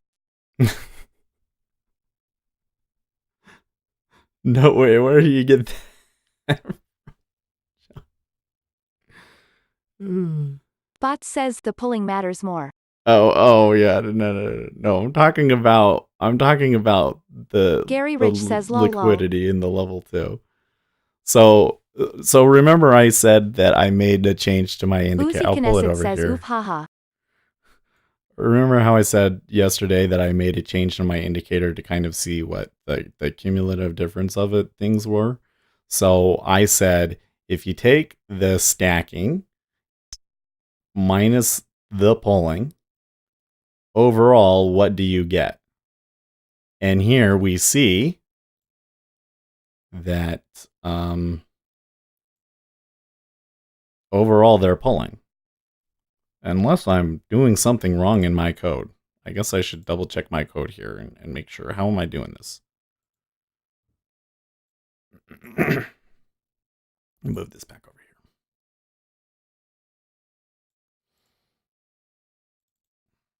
Live Action says he will mention the law that allows the president to withhold funds. Probably. Oh, that's a good point. Probably. Well, one of the things that I thought is really interesting about all this is they've been talking about this is Parnas, or I forget who it is, but this most recent guy that now all of a sudden they want him to testify, and the whole thing has been like one of the things that he said that people Live were Action freaking says, out can't about. Remember the name of that law? Was that he tried to fire the ambassador multiple times and they wouldn't do it because Secretary Pompeo hadn't been confirmed yet, and this reason and that reason. Live Action says, remember. Donald Trump knew that this ambassador was basically working against him and he was trying to get rid of her, and it took forever for them to do it. And everybody's like pointing that out as evidence, oh, that was super bad. But like, he's the president. He can fire anybody that he wants whenever he wants for any reason that he wants. Like, are you kidding me? And Gary Rich says impoundment law. Then there was that thing that they said there was a government agency that Live said Action says bingo. There was Bot a government. says, have you coded the other side of that? The stacking side of the equation to compare the two in real time. Yeah, exactly. I have. So if I have a difference, and if they stack, then I add to it, and if they pull, then I subtract from it, and then I just keep that, and then I just track that. Right? So what I'm saying is that there's more polling than there is stacking overall.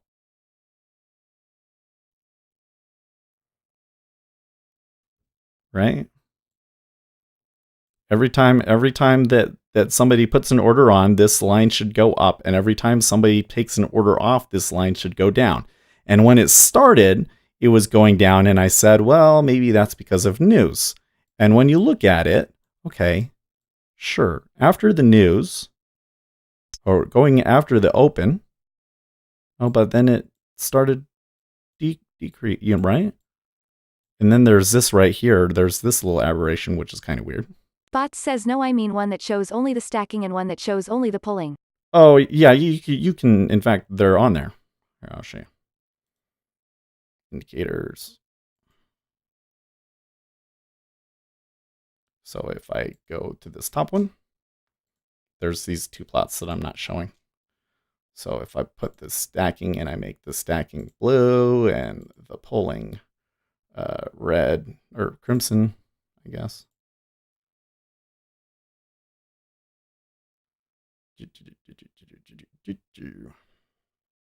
Hey, my price finally went offer. That's cool.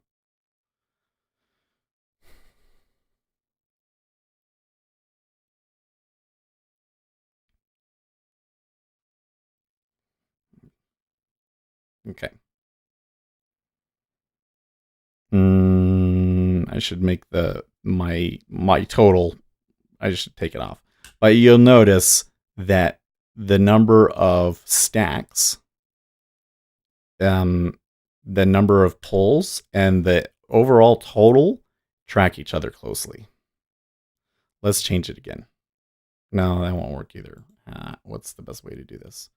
Can I change it so that this total one is slightly transparent?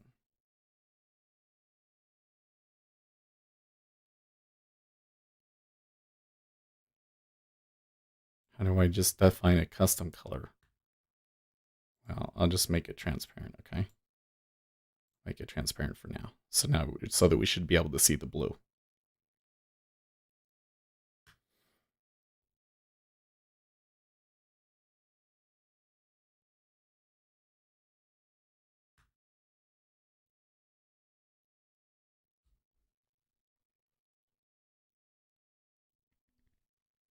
Gary Rich says, okay, professor, the stacking and pulling, what does it do for you?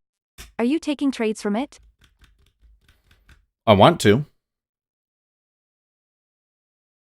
What about, sorry, I'm a little confused why you keep saying that, Gary, because earlier we said we're trying to find something new, so I've been changing this around and seeing if there's something tradable that I can see in it. So at the moment, it's just data and we're looking at it. If I come up with a strategy based off of it, I'll let you know. Okay, so do you see the blue and the red? They pretty much equal each other for the most part. But what I'm saying is, what can I make it like bigger? Okay, yeah, sure. So you can see just on this bar, there was 397 stacked and 476 pulled. So overall, there's more pulling than stacking. That's what we learned today. There's more pulling than stacking. So the theory now is, or the question is pulling? Alex says stacking equals resting order? Yep. Stacking means somebody, if I came in here and I put an order on, that would increase by 1. But it's not the overall volume, it's just the number of stacks. Okay? Because I'm more interested in how many people trade it. So see here in this example of what just happened there, notice that we ticked down at 129 even, and the level 2 barely changed. Let me say that again. We ticked down in the 10-year, and the amount of level 2 on the inside barely changed. So whatever they had stacked at 005, they moved down to 129. Suggests to me that there's somebody sitting there, there's a market maker, and Alex says okay. And he says, I'm selling it. So I'm going to pull all of my orders that I have here, and I'm going to sell the rest that's there, and then I'm going to stack at 129, and then it's going to downtick, and that's going to give my larger position 1 tick positive. I think that's what happens. And so you can run into this situation because the polling matters, where all of the volume and everything else that you see doesn't necessarily matter because he can just pull the orders and make it move. And then when he pulls it far enough, then people are off sides and you start getting stop orders. So in that situation, how are you to know which way he's going to do it? Well, we can look at which way he's been doing it. Gary Rich says that's not very accurate information on stacking and pulling. I'm confused on your thinking. Stop assuming you know what they are doing. I didn't say that it was true. I just said that's the theory of what we're looking at. But that is accurate. This is accurate information. There are more orders overall pull than stack on average. Gary Rich says you are talking yourself out of analysis and trades.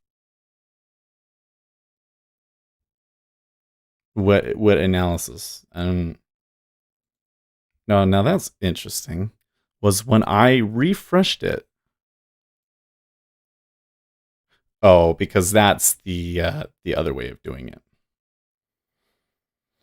Ignore this line. When I changed how this graph was traded, because I originally I had it delta and not a cumulative delta, and I didn't change the part that exports and imports the data, and so it's still exporting it as cumulative delta. Gary Rich says if it stacks or pulls, pull the trigger on a trade.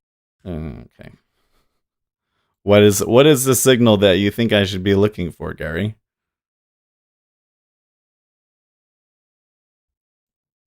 Other than I think that we're going down.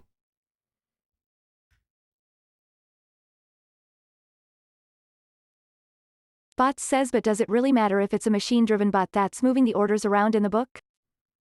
Probably not. I mean, the vast majority of things, yeah, aren't going to matter for sure. I if that's what your point was, then sure. Gary Rich says, I don't know, but you are just playing and assuming. All I know is that overall, Bots says you'll spend a year trying to figure out how to code your indicator to see it. all I'm saying is the number of orders that get canceled in a day is more than the number of orders that get placed. That's all I'm saying. Or at least on the time frame that I can see. Maybe there's this, when they start, then you put them all in, and then at that point it's equal. But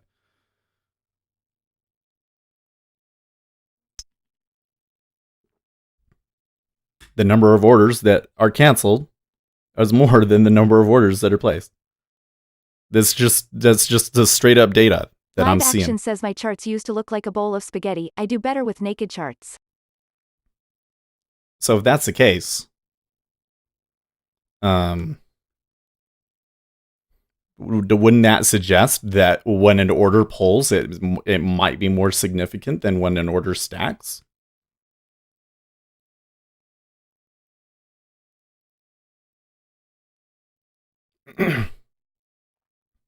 Bots says so. What do you know to be true with that information available to you? Well, with that information, the one thing that I know to be true is that there is overall more orders canceled than orders placed. The theory, what I suspect based off of that, is that I should care more about the orders that are canceled than the orders Live that are Action placed. says identify filters. So that's why I'm looking for these aberrations in where that's off. Like right here, where there was a significant difference between the two. Gary Rich says okay, I get it. Not really, a cancelled order or placed order means nothing. Sure. One order canceled or placed doesn't necessarily mean anything. But just with this move down, do you understand what I'm saying? There's a market maker, a person, okay? And they say, well, we're short today. We're going to make a move down. And they've already sold a bunch up here. And then they come down here and they say, okay, I want it to move down. Now, this market maker, he has like maybe 500 orders at every price, okay? So what does he do? He says, I'm going to cancel my 500 at 30.5. I'm going to sell the other 1,500 that's there, and then I'm going to stack 3,000 on top of the 30.5. It ticks down, and then Bots says, but are they really cancelled as opposed to simply moved closer to or farther away from the last price traded? good question. But if they were simply moved, then you would see a cancel and a replacement, right? So the difference between the two of them will tell you in aggregate if more was canceled or lost. Gary Rich says at Bots yes. But most of them do seem to just be moved. Because when you look here, Gary Rich says we don't know because we can't see their order book. they're highly correlated, right? The number of Bot stacks says that's all the HFT machines are doing. the number of stacks is very close to the number of pulls. So the vast majority of changes that you're seeing on the level 2 are not orders being canceled and placed, but are actually orders being moved. They're doing something like this. I don't know. It's something like that. And that's why they're so correlated, right? But again, if you take all of the stacks, the number of actual orders that have been placed, and you subtract the number of orders that have been canceled, you get a negative number. More are canceled than placed. So really,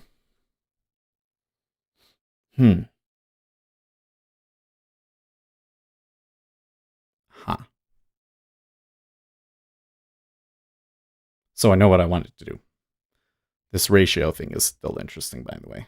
Like there's a lot of changes happening in here, despite all of this iceberging happening at that price. Curious, right? Okay, so indicators. I'm just going to change this back to what it was. Transparent, pulling, transparent, difference.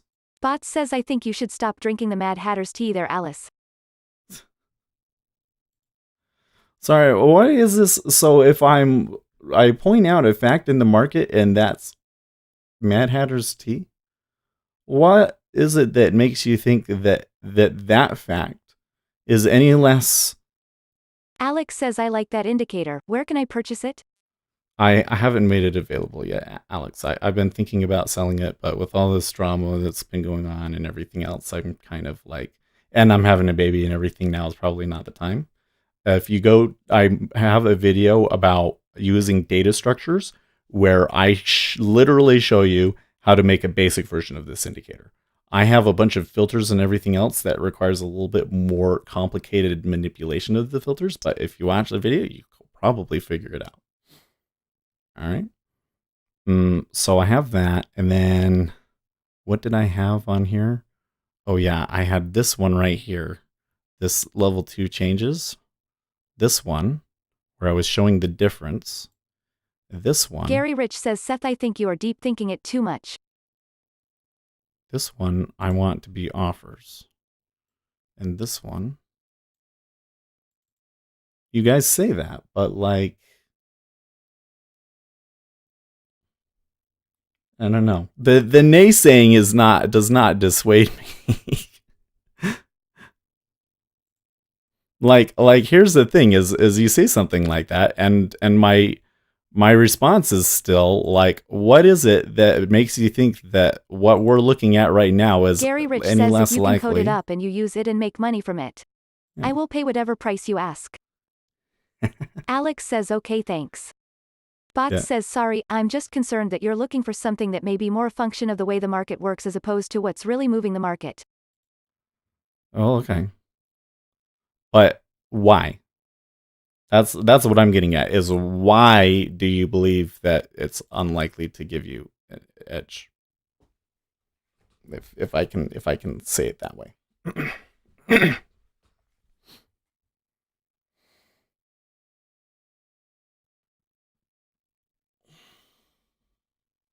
Bot says, why am I concerned?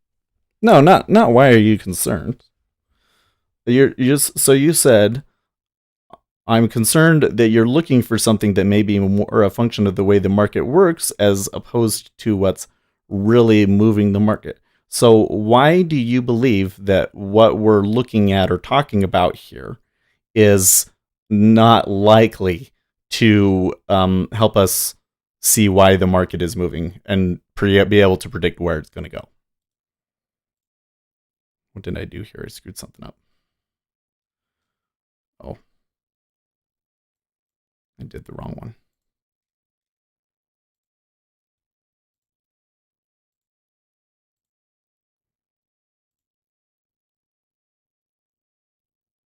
Okay.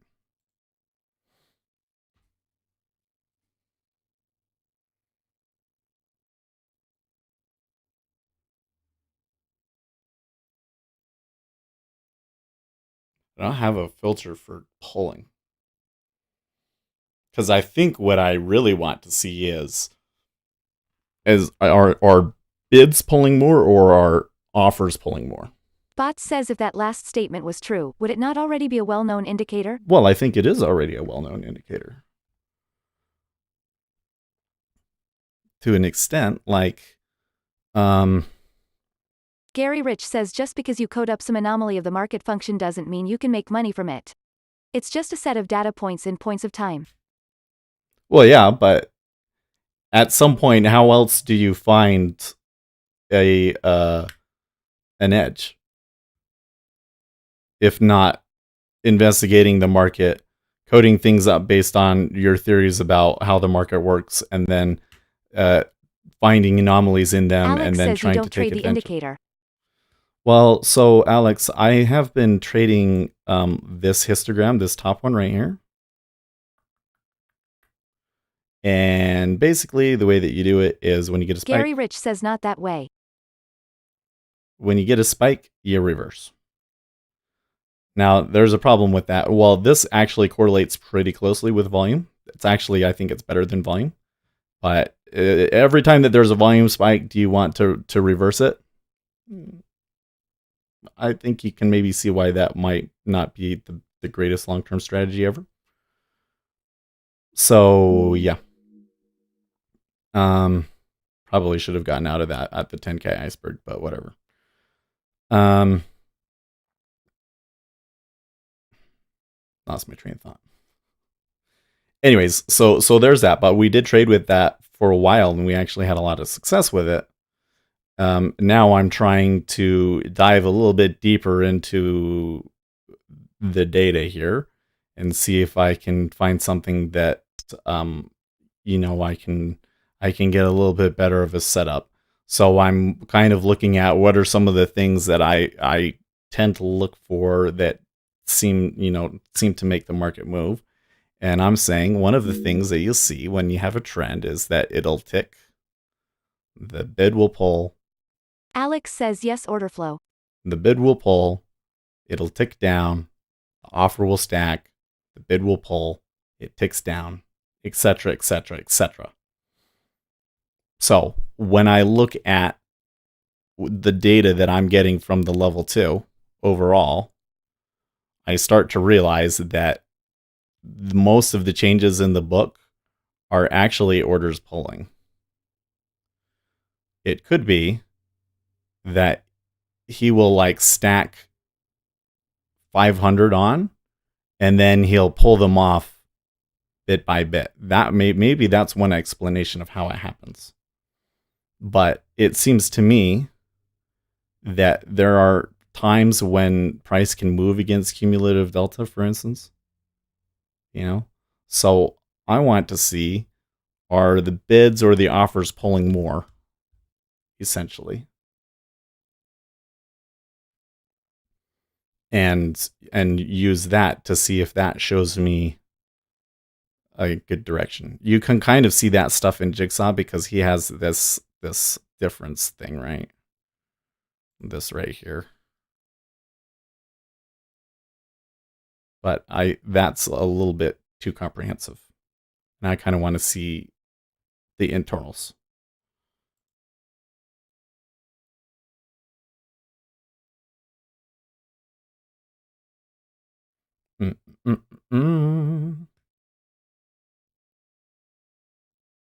I still just don't get you guys' naysaying. Like, I kind of feel like you guys are saying, well, that's not the way that I trade the market, so it's probably not likely to work.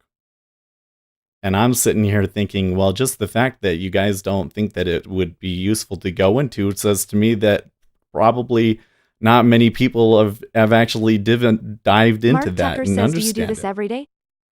Do I stream every day? Yes. Normally we're we're kind of in an exploration stage, so we're Mark Tucker says, nice. kind of in an exploration stage. So we've been kind of changing this indicator and messing around with our workspace a little bit today.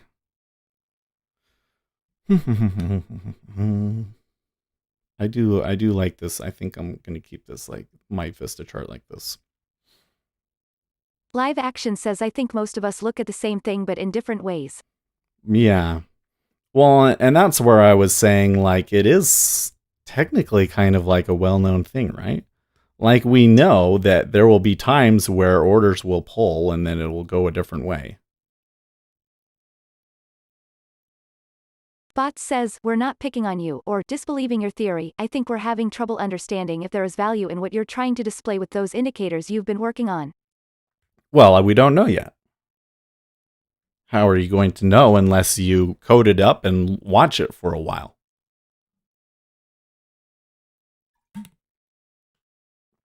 Especially since we can't look at them historically. We have to accumulate the data real time. Oh, man. I'm sweaty today. You don't need to look at that.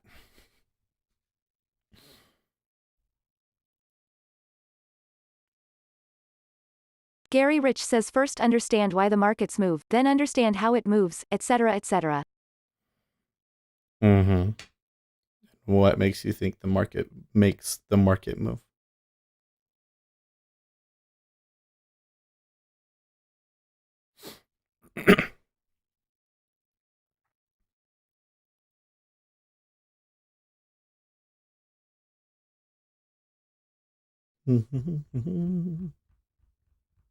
I think I know what he's going to say.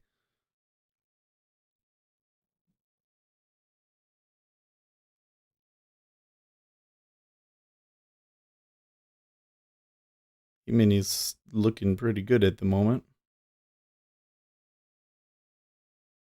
Lucas says, at Live Action, who did you learn with? I am curious of your learning process since you mentioned you were the best scalper according to a fund manager. Bots says, I agree with Gary there. Gary Rich says, I think you're trying HFT sorta stuff but not sure why. How are you going to benefit from this type of indicator? Well, I'm going to find an edge in it, and that's going to help me find better entry spots, better setups. It might be small ones. We'll see. But we can kind of combine those with longer term view stuff. Live Action says that elite trader using naked 60 meters and daily charts with only TT ladder is impressive. Well, there you go. I mean, the thing is I'm not displaying anything that you can't see on a ladder. I'm just aggregating the data in a different way that allows me to see it in ways that I otherwise can't. Like I can't just look at that and tell if the bids are pulling more often or the offers are pulling more often. It's kind of what I'm getting at.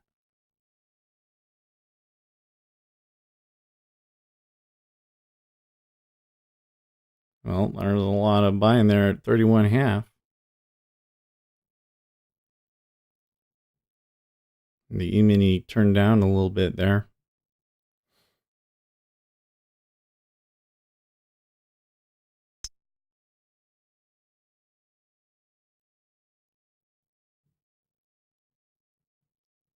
I guess the other thing here is it's like, if you have a better suggestion, then I'm all ears. But at the moment, this is the part of the market that interests me and I want to try and understand more about. So I'm making things that kind of help me look at really specific things about it. So we learned something today that we didn't otherwise know, right? More orders are pulled than are stacked. Not necessarily more volume is pulled than is stacked. I guess we could look at that one. Bot says if the market's main purpose is to facilitate trade and the market spends the majority of its time working out price discovery to ensure the market is priced correctly. Bot says then bids or offers pulled or stacked as a result, not a cause. I would disagree with that. I mean, well, what would be a cause then in that situation? Because it seems to me that it's the interplay between Gary Rich says I agree with bots. How many orders there are at a price and how many market orders come through at a price that ultimately determines where price can go. And the issue is you cannot predict. Bots says clearly you would disagree or you wouldn't be working on that indicator. Mark Tucker says I traded a real account last year but busted late in the year. I am currently doing paper trading and using stochastic for the NASDAQ mini and doing really well. Okay. I'll look at stochastic. You're talking about like, let's see if we can put it on a chart here.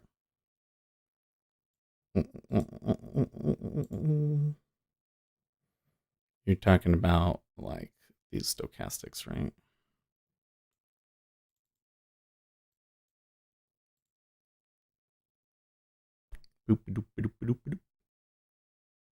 Oh, hey. Interesting that one didn't get up to it, but that one did. Mark Tucker says yes. Can you use any? So I'm wondering here, what are these? What are the properties? Period, D, K, and smooth.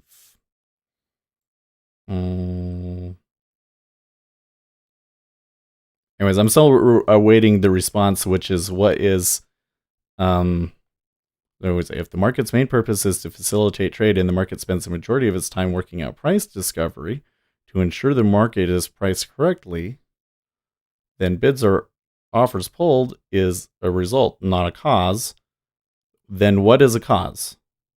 I think that the only cause, the only real true cause out there is a person thinks that the market Gary is Rich overvalued says if you or don't know undervalued. what their order book holds, the stacks and pulls are just a functionality of price discover and the ebb and flow up and down.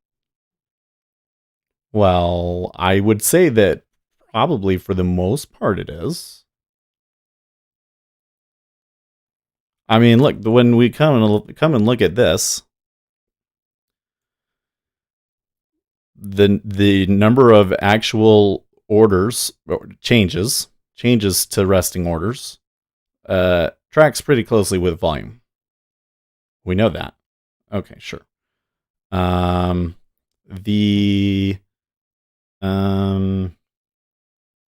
else can I say about that? The number of orders placed versus the number of orders pulled are pretty close to the same, but overall more orders are pulled. So yeah. Bot says a person is not a cause. But the Live Action says that fund manager caught me on a good day. I was on tempo. Me and my sister have friends that have huge hedge funds. I'm an idiot degenerate gambler and never listened, instead taught myself. Okay. I think that the only thing that is really cause for things is that a trader thinks that it's overbought or oversold. That's it. And then they place the orders. And they can either choose to place it on the limit or at market. And if they place it on limit, they can choose to cancel it or move it. So I say, if you're not looking at the orders being placed, you're not even looking at, you're only looking at like a quarter of the stuff that actually happens. Lucas says at Live Action nice. When we are in the flow, we can really make good money trading. Oh, sorry, there was a...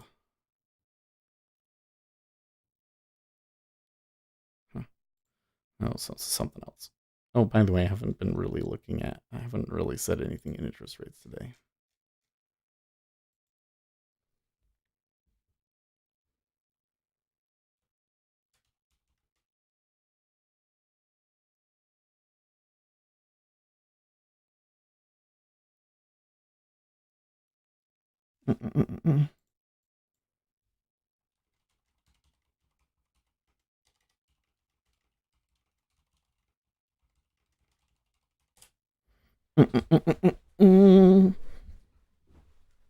Where was I?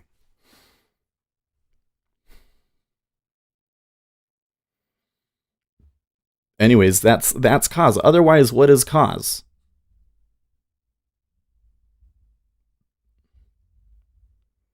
So I'd say that Gary people Rich place says Seth, you are orders. up against a machine and algorithm. You or I cannot beat them nor have the data nor info to do so. It's a Okay. reality, not a pipe dream. So are you saying, Gary, that you shouldn't trade? If I trade on a higher time frame, then I'm just up against the larger institutional trader or other retail traders. That's not a good reason to not look at something.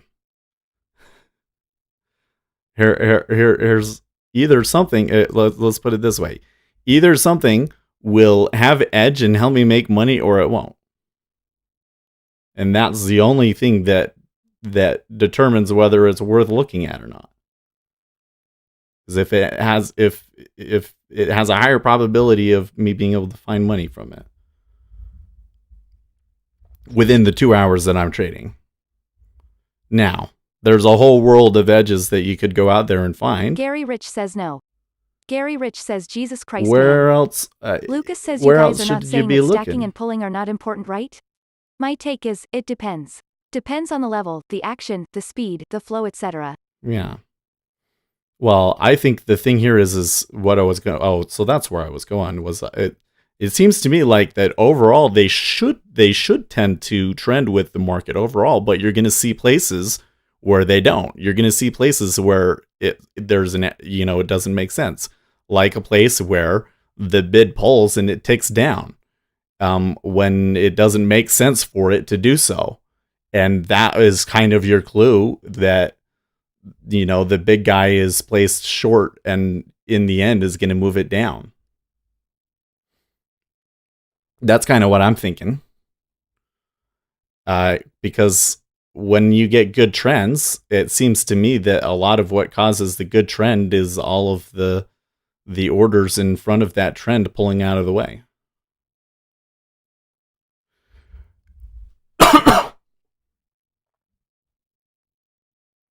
So if I can get a more um you know quantitative way of seeing that, I think it would be beneficial. So you can see with the level 2 changes that I have right now. Oh, you know what? It's kind of hard to see because of the whole thing. But since I started, the offers are pulling more than the bids. Gary Rich says it bots, yes, yes, yes. Bots says and all of those transactions at the moment his order is filled, we be part of what your indicator is looking at. Bots says a trader that has orders for a number of people might have a brief effect on the market until his orders have been filled. His orders would include buys, sells, protective stops, and profit targets. All of those transactions at the moment his order is filled will be part of what your indicator is looking. Yeah, it would. So, will you see a lot of noise? Yes, you will. Well, I mean, there's gonna be. I mean, you're not gonna be able to track somebody's like individual positions or anything like that. If I could do that, I would certainly do it. But I would need IDs. Would need to be able to attach an order to a person.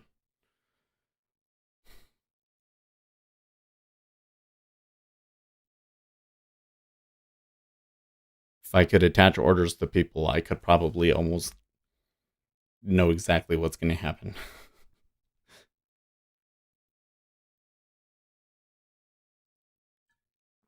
If you could attach an order to a person, there'd probably be a lot less liquidity. People wouldn't be as willing to put orders out there because everybody would know who it is.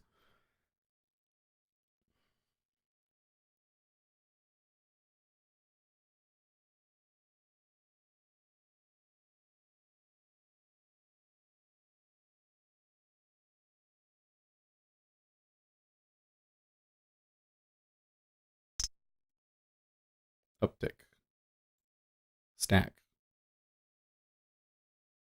Pulling at 31.5.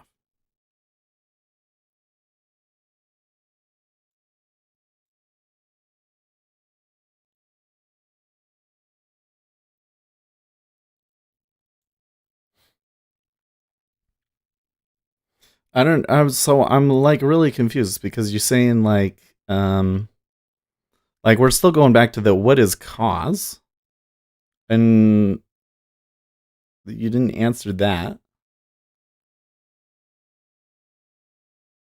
You said that sure there's lots of orders. I'm not sure where you guys are going.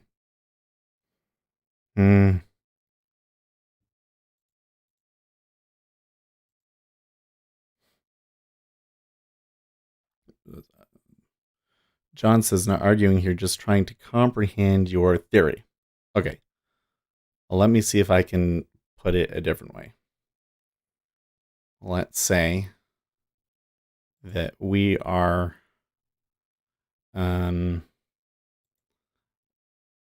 let's say that we are digging a hole or a sideways hole, okay?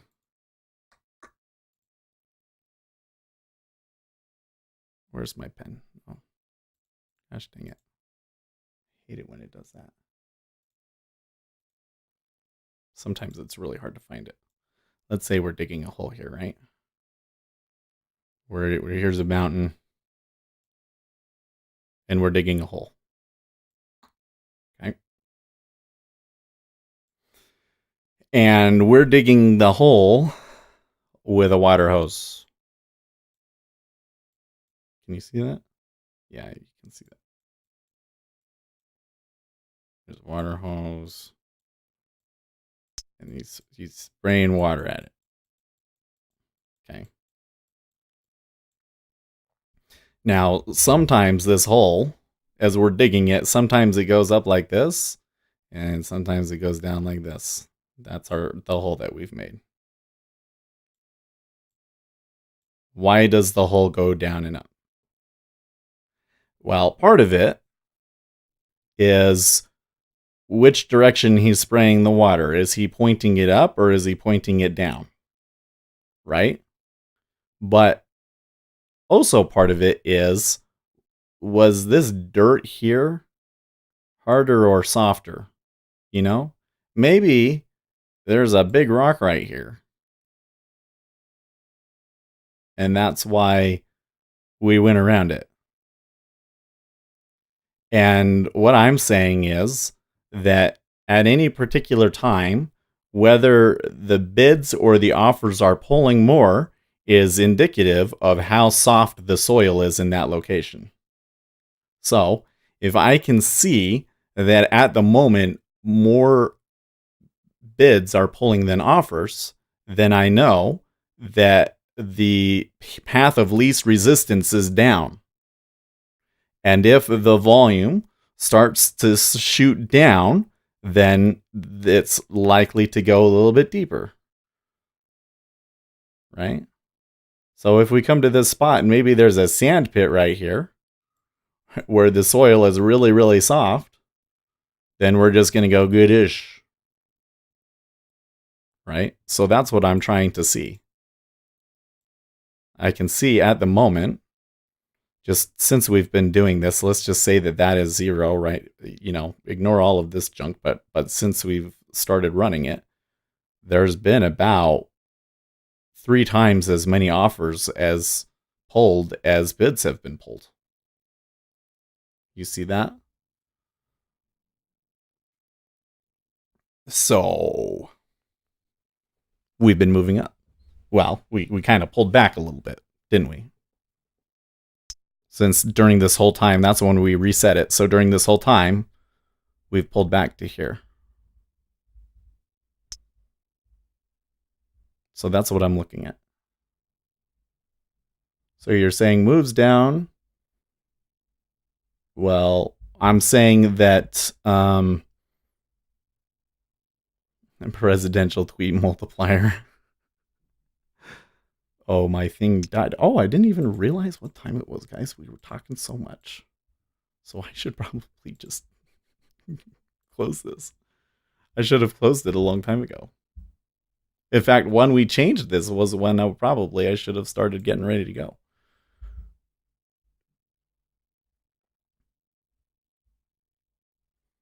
Okay.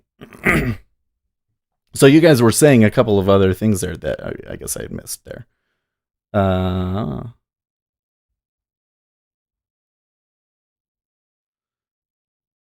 How does one account for spoofing and stacking and pulling home? Gary Deep thinks this stuff, and then add in personal tweets. So you're saying down moves happen easier than moves higher present.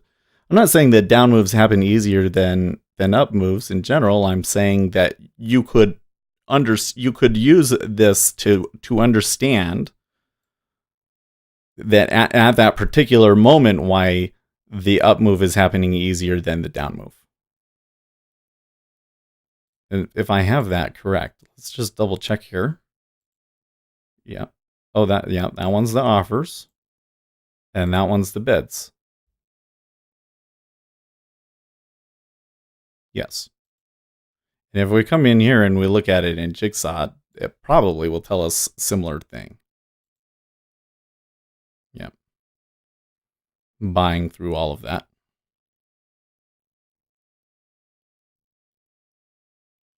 The thing with the Jigsaw thing is that it also shows absorption, which I want to see it split out. I want to see it split out. I guess another way of looking at it would be saying that when we see these spikes here, you're going to see more of these little spikes down on the red side than you are on the blue side.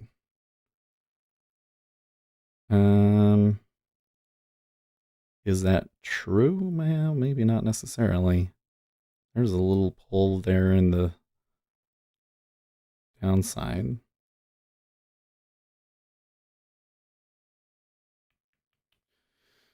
It might be really different in ES. I know there's a lot going on and it seems to not matter much, but in treasuries, you can really spot good setups based on that. On the E-mini, it's super hard to see anyways.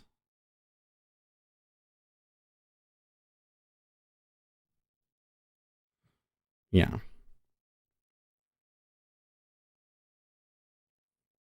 But, yeah.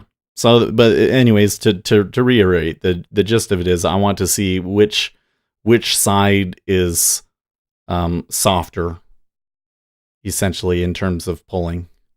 Which side is more likely to pull, and ergo is the path of least resistance. The easiest way to look at it is negotiating match bid sizes and offer sizes at a glance. See who wants to meet who. Pulling and stacking is a low key. Seeing better or worse prices in the future. Yeah. Well, it's like which side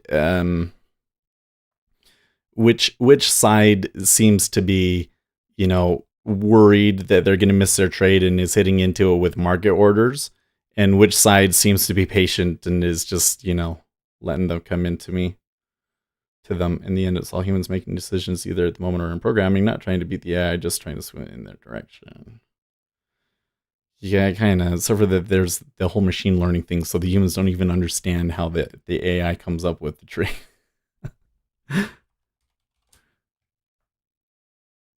There's still a bias in that in the human, but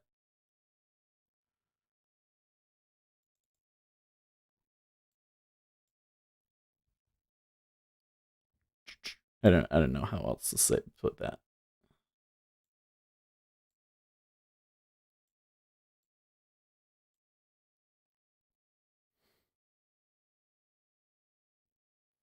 What happened when Friday was beautiful. There was a buyer stacking 5K right at the highs after the market over extended. Someone bought the next price, and as soon as it traded like 4K on the offer, the bid pulled and the market dropped. Yeah. And that's what I want to show. I mean, I see those things on the DOM and I've made decisions off of those, but it seems to me like the way that I do it is inconsistent. So I want to have, a couple of things that I can look at and identify a very specific setup or a number of very specific setups with that dynamic and, test out and get better statistics on them. Instead of just being like, oh, there was a stack, I should be clicking something.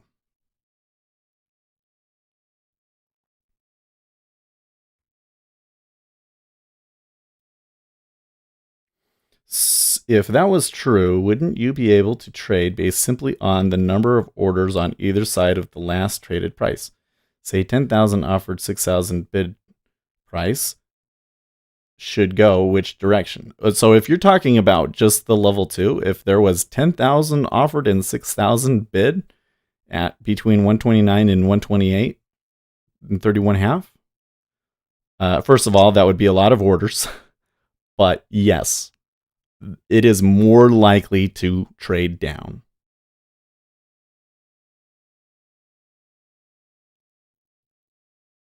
Because there are less contracts that they have to get through.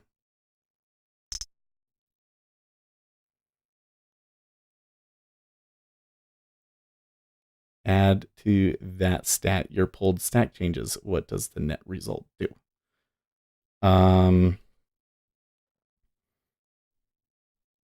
Well, that's where I don't know if you can there's a calculation between the two of those together, right? Like, I mean, the thing is what you're going to see is right now there's 4,000 on the bid and there's 1,300 on the offer. We're more likely to tick up. Well, there you go. Right as it happened, they stacked 2,000 on the bid. Now the question is, if they hit into this again, how much of that actually stays? If they trade it down again, well, it's stacking to 3,000 now. It's actually getting really thick on the inside. So this is a different trade. And what do? You buy here and you sell here. This is a different trade, but I digress. Oh man, I gotta get going. Anyways, did that answer the question? I think it did. But if it trades down, how many actually traded and how many of the orders just straight up canceled is what I want to see. And these lines here, I'm hoping will tell me.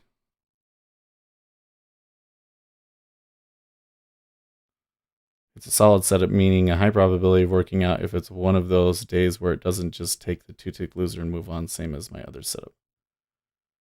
Oh, wait.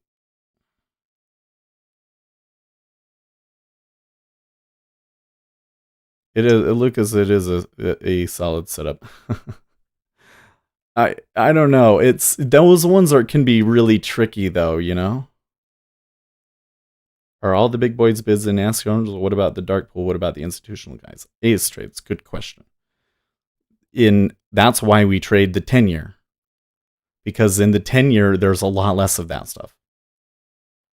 It's going to be even better in oil, but oil isn't very thick. So it's hard because of that. But that's why it's in futures and not index futures.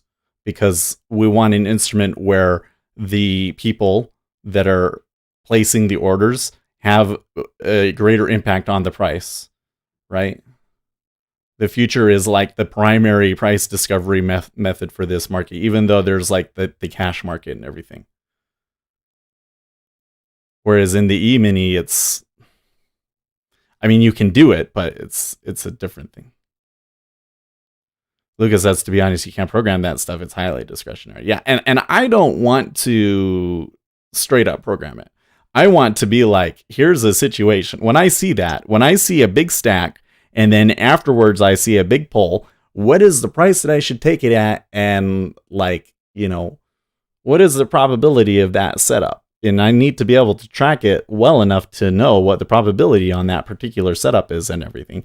And the problem that I feel like I have is that sometimes it's too vague to see that that's what's going on. And so I'm trying to find some better numerical way to show that that's what's happening.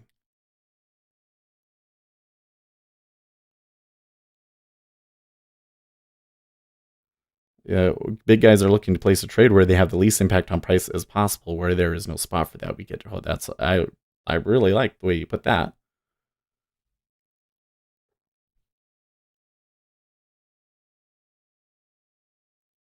Price will move towards the higher volume. You mean like the volume profile? The problem with that is that that's something that's already happened, right? You run in, like, what I would like to be able to do to take into account the day of the week, time of the day, there any news, how much market, what's going on with yes, and so many other things I can't program. Well, sure. But I really want to know just the probability on that specific setup overall. We need to post this and I need to run. Why am I still yapping? Where'd Bitcoin go today? A little bit higher, 9,000. Okay, another really big drop off in cumulative delta. Interesting.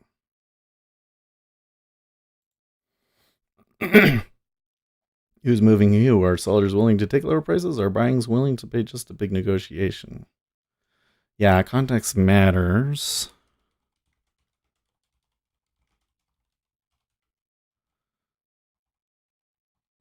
I gotta tell you though, how many times have you thought that that's what you see happening? I like, with Lucas is a good example because, from what I've been hearing, it sounds like he's been having some similar struggles to myself, right? How many times do we think that that's what's happening and then we find out that it's actually a trick? You know what I mean?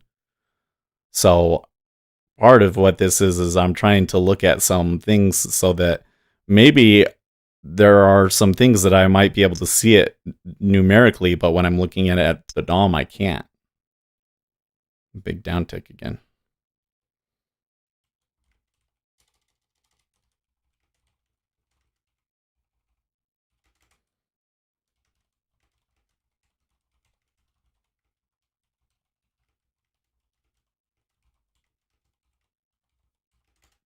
The very definition of a trick is something that you can't see coming. Well, some people can see it coming.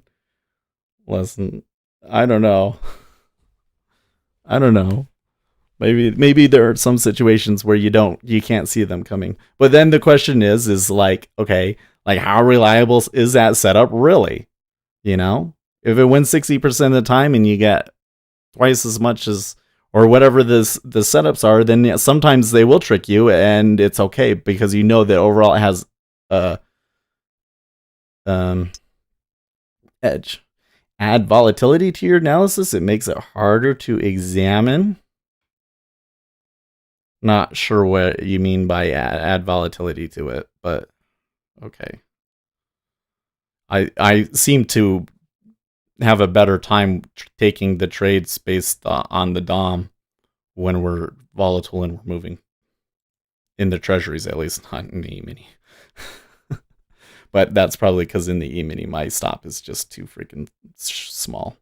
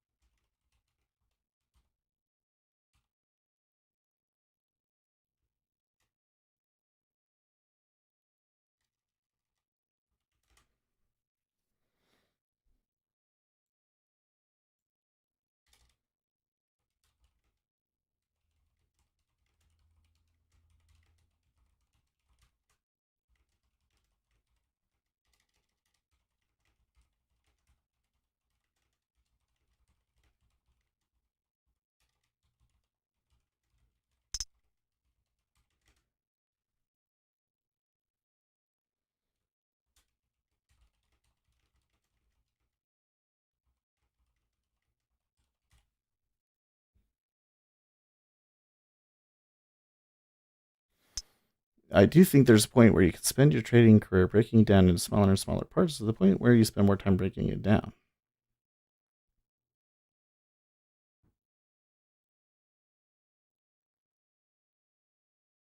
Yeah, Ace found another point. But we don't know how you're doing it, Ace.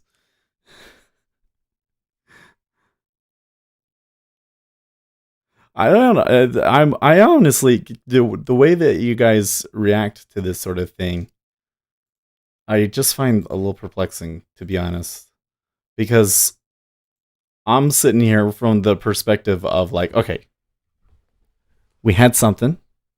It looked like it had some edge.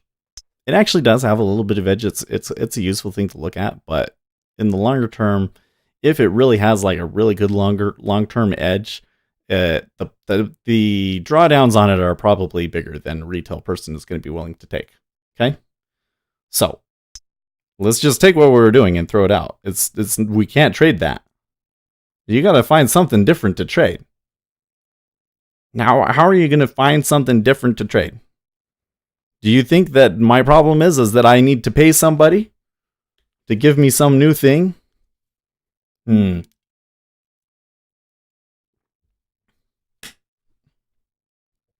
There's edge. Pick a direction, click your heels, make a wish, and cross your fingers and get in. But I'm starting to wonder if Ace is just winging it.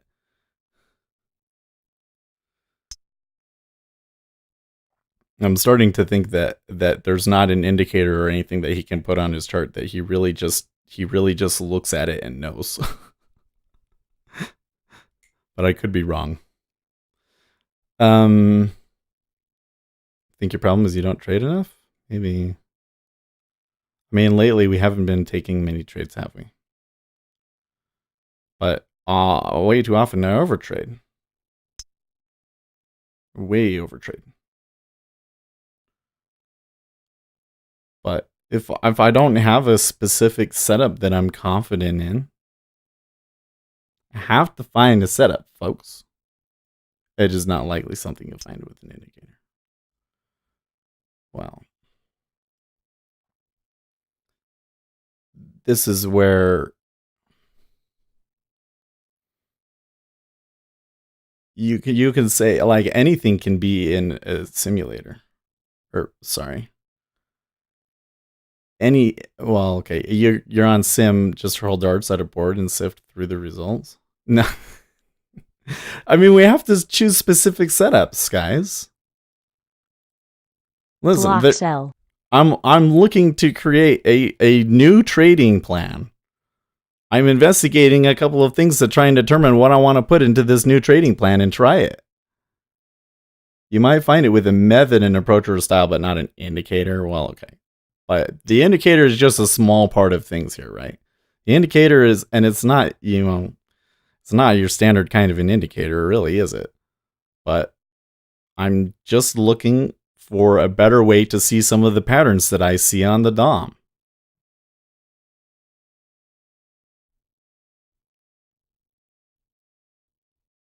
I'm still sitting here thinking like, well, you're poo-pooing it because it's not the way that you trade. So I look at some of these other things and I'm always like, what's the setup? What? You're just taking them. You can't explain it.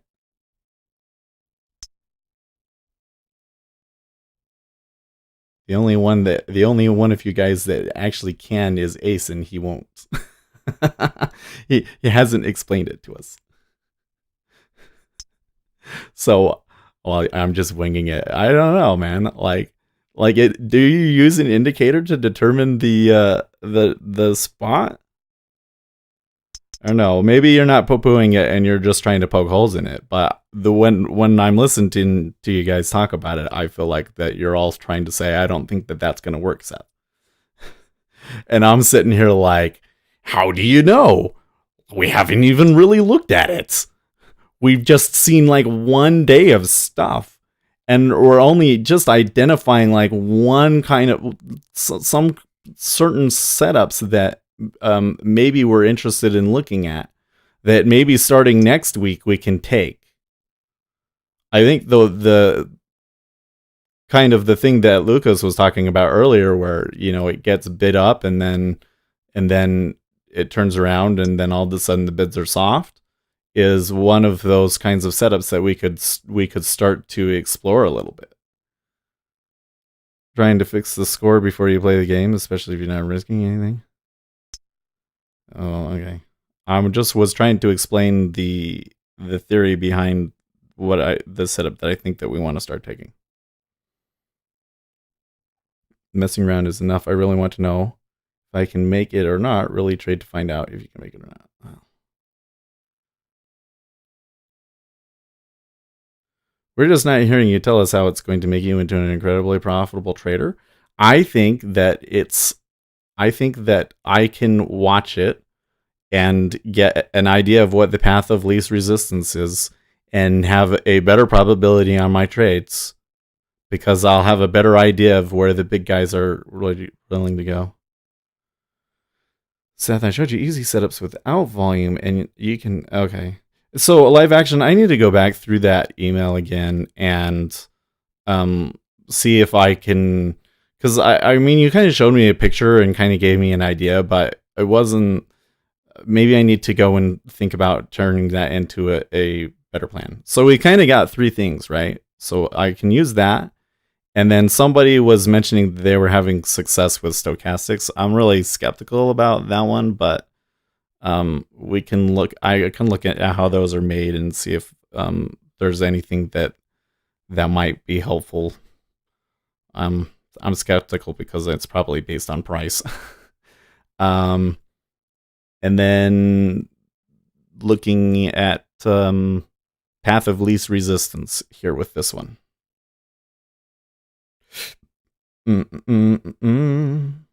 Have to go. Have a nice long weekend. You guys too. Yeah, I have to say, Ace is the only one that, as far as I can tell, has like a setup that I can very clearly describe. He takes trade at only during specific times.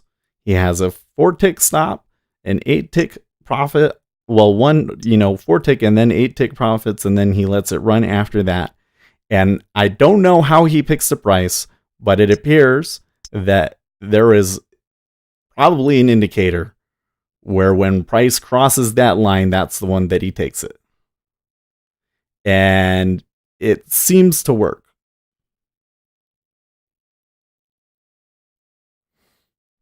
That seems to work. And it could be a technical analysis indicator for all I know. But he said that if we meet in person, then maybe he would be able to tell me, but he's hesitant to tell us online. So we gotta get him to show us. But I am kind of wondering if like maybe there's no indicator. Maybe he just is able to pick the price somehow. But it seems incredibly consistent, and that's the sort of thing that we're trying to go to. Let's go back to your earlier comment that the market moves down faster or easier than it moves up. Well, I'm not saying that in general. Oh, well, I mean, in general, it does markets do tend to move down faster. But that's not what I was trying to say, bots. I was just trying to give an example that, I mean, here in the past few minutes, it's been the opposite, right? It's been easier for the market to move up than it has been to move down. Why? Because the bids have been pulling more. Now it might be changing. Do you see here? Look at this. It was all squiggly, and now it's all... So that, I think, is my setup. Yeah, I'm just not going to tell everyone where my gold is buried. Yeah, I understand, Ace. And you don't ever have to tell me. You don't have to tell me if you don't want. But I appreciate the help. I really want to know because I've made money off of it. Lately I lost some money off of it, and that might be more me, but and the fact that I can't trade it with multiple contracts, but I have made money off of it. It's amazing. It's amazing. And I want to know how it works. I want to see if I can apply it to treasuries. Anyways, I'm done. I will see you guys on Monday. We'll continue this, and I might make a couple of changes just to, because it's always going down. That kind of doesn't help. So maybe I need to do this with a derivative of this. But Well, then we can watch that and see if we can identify some setups off of that, and we'll look at aces, or we will look at live action stuff again.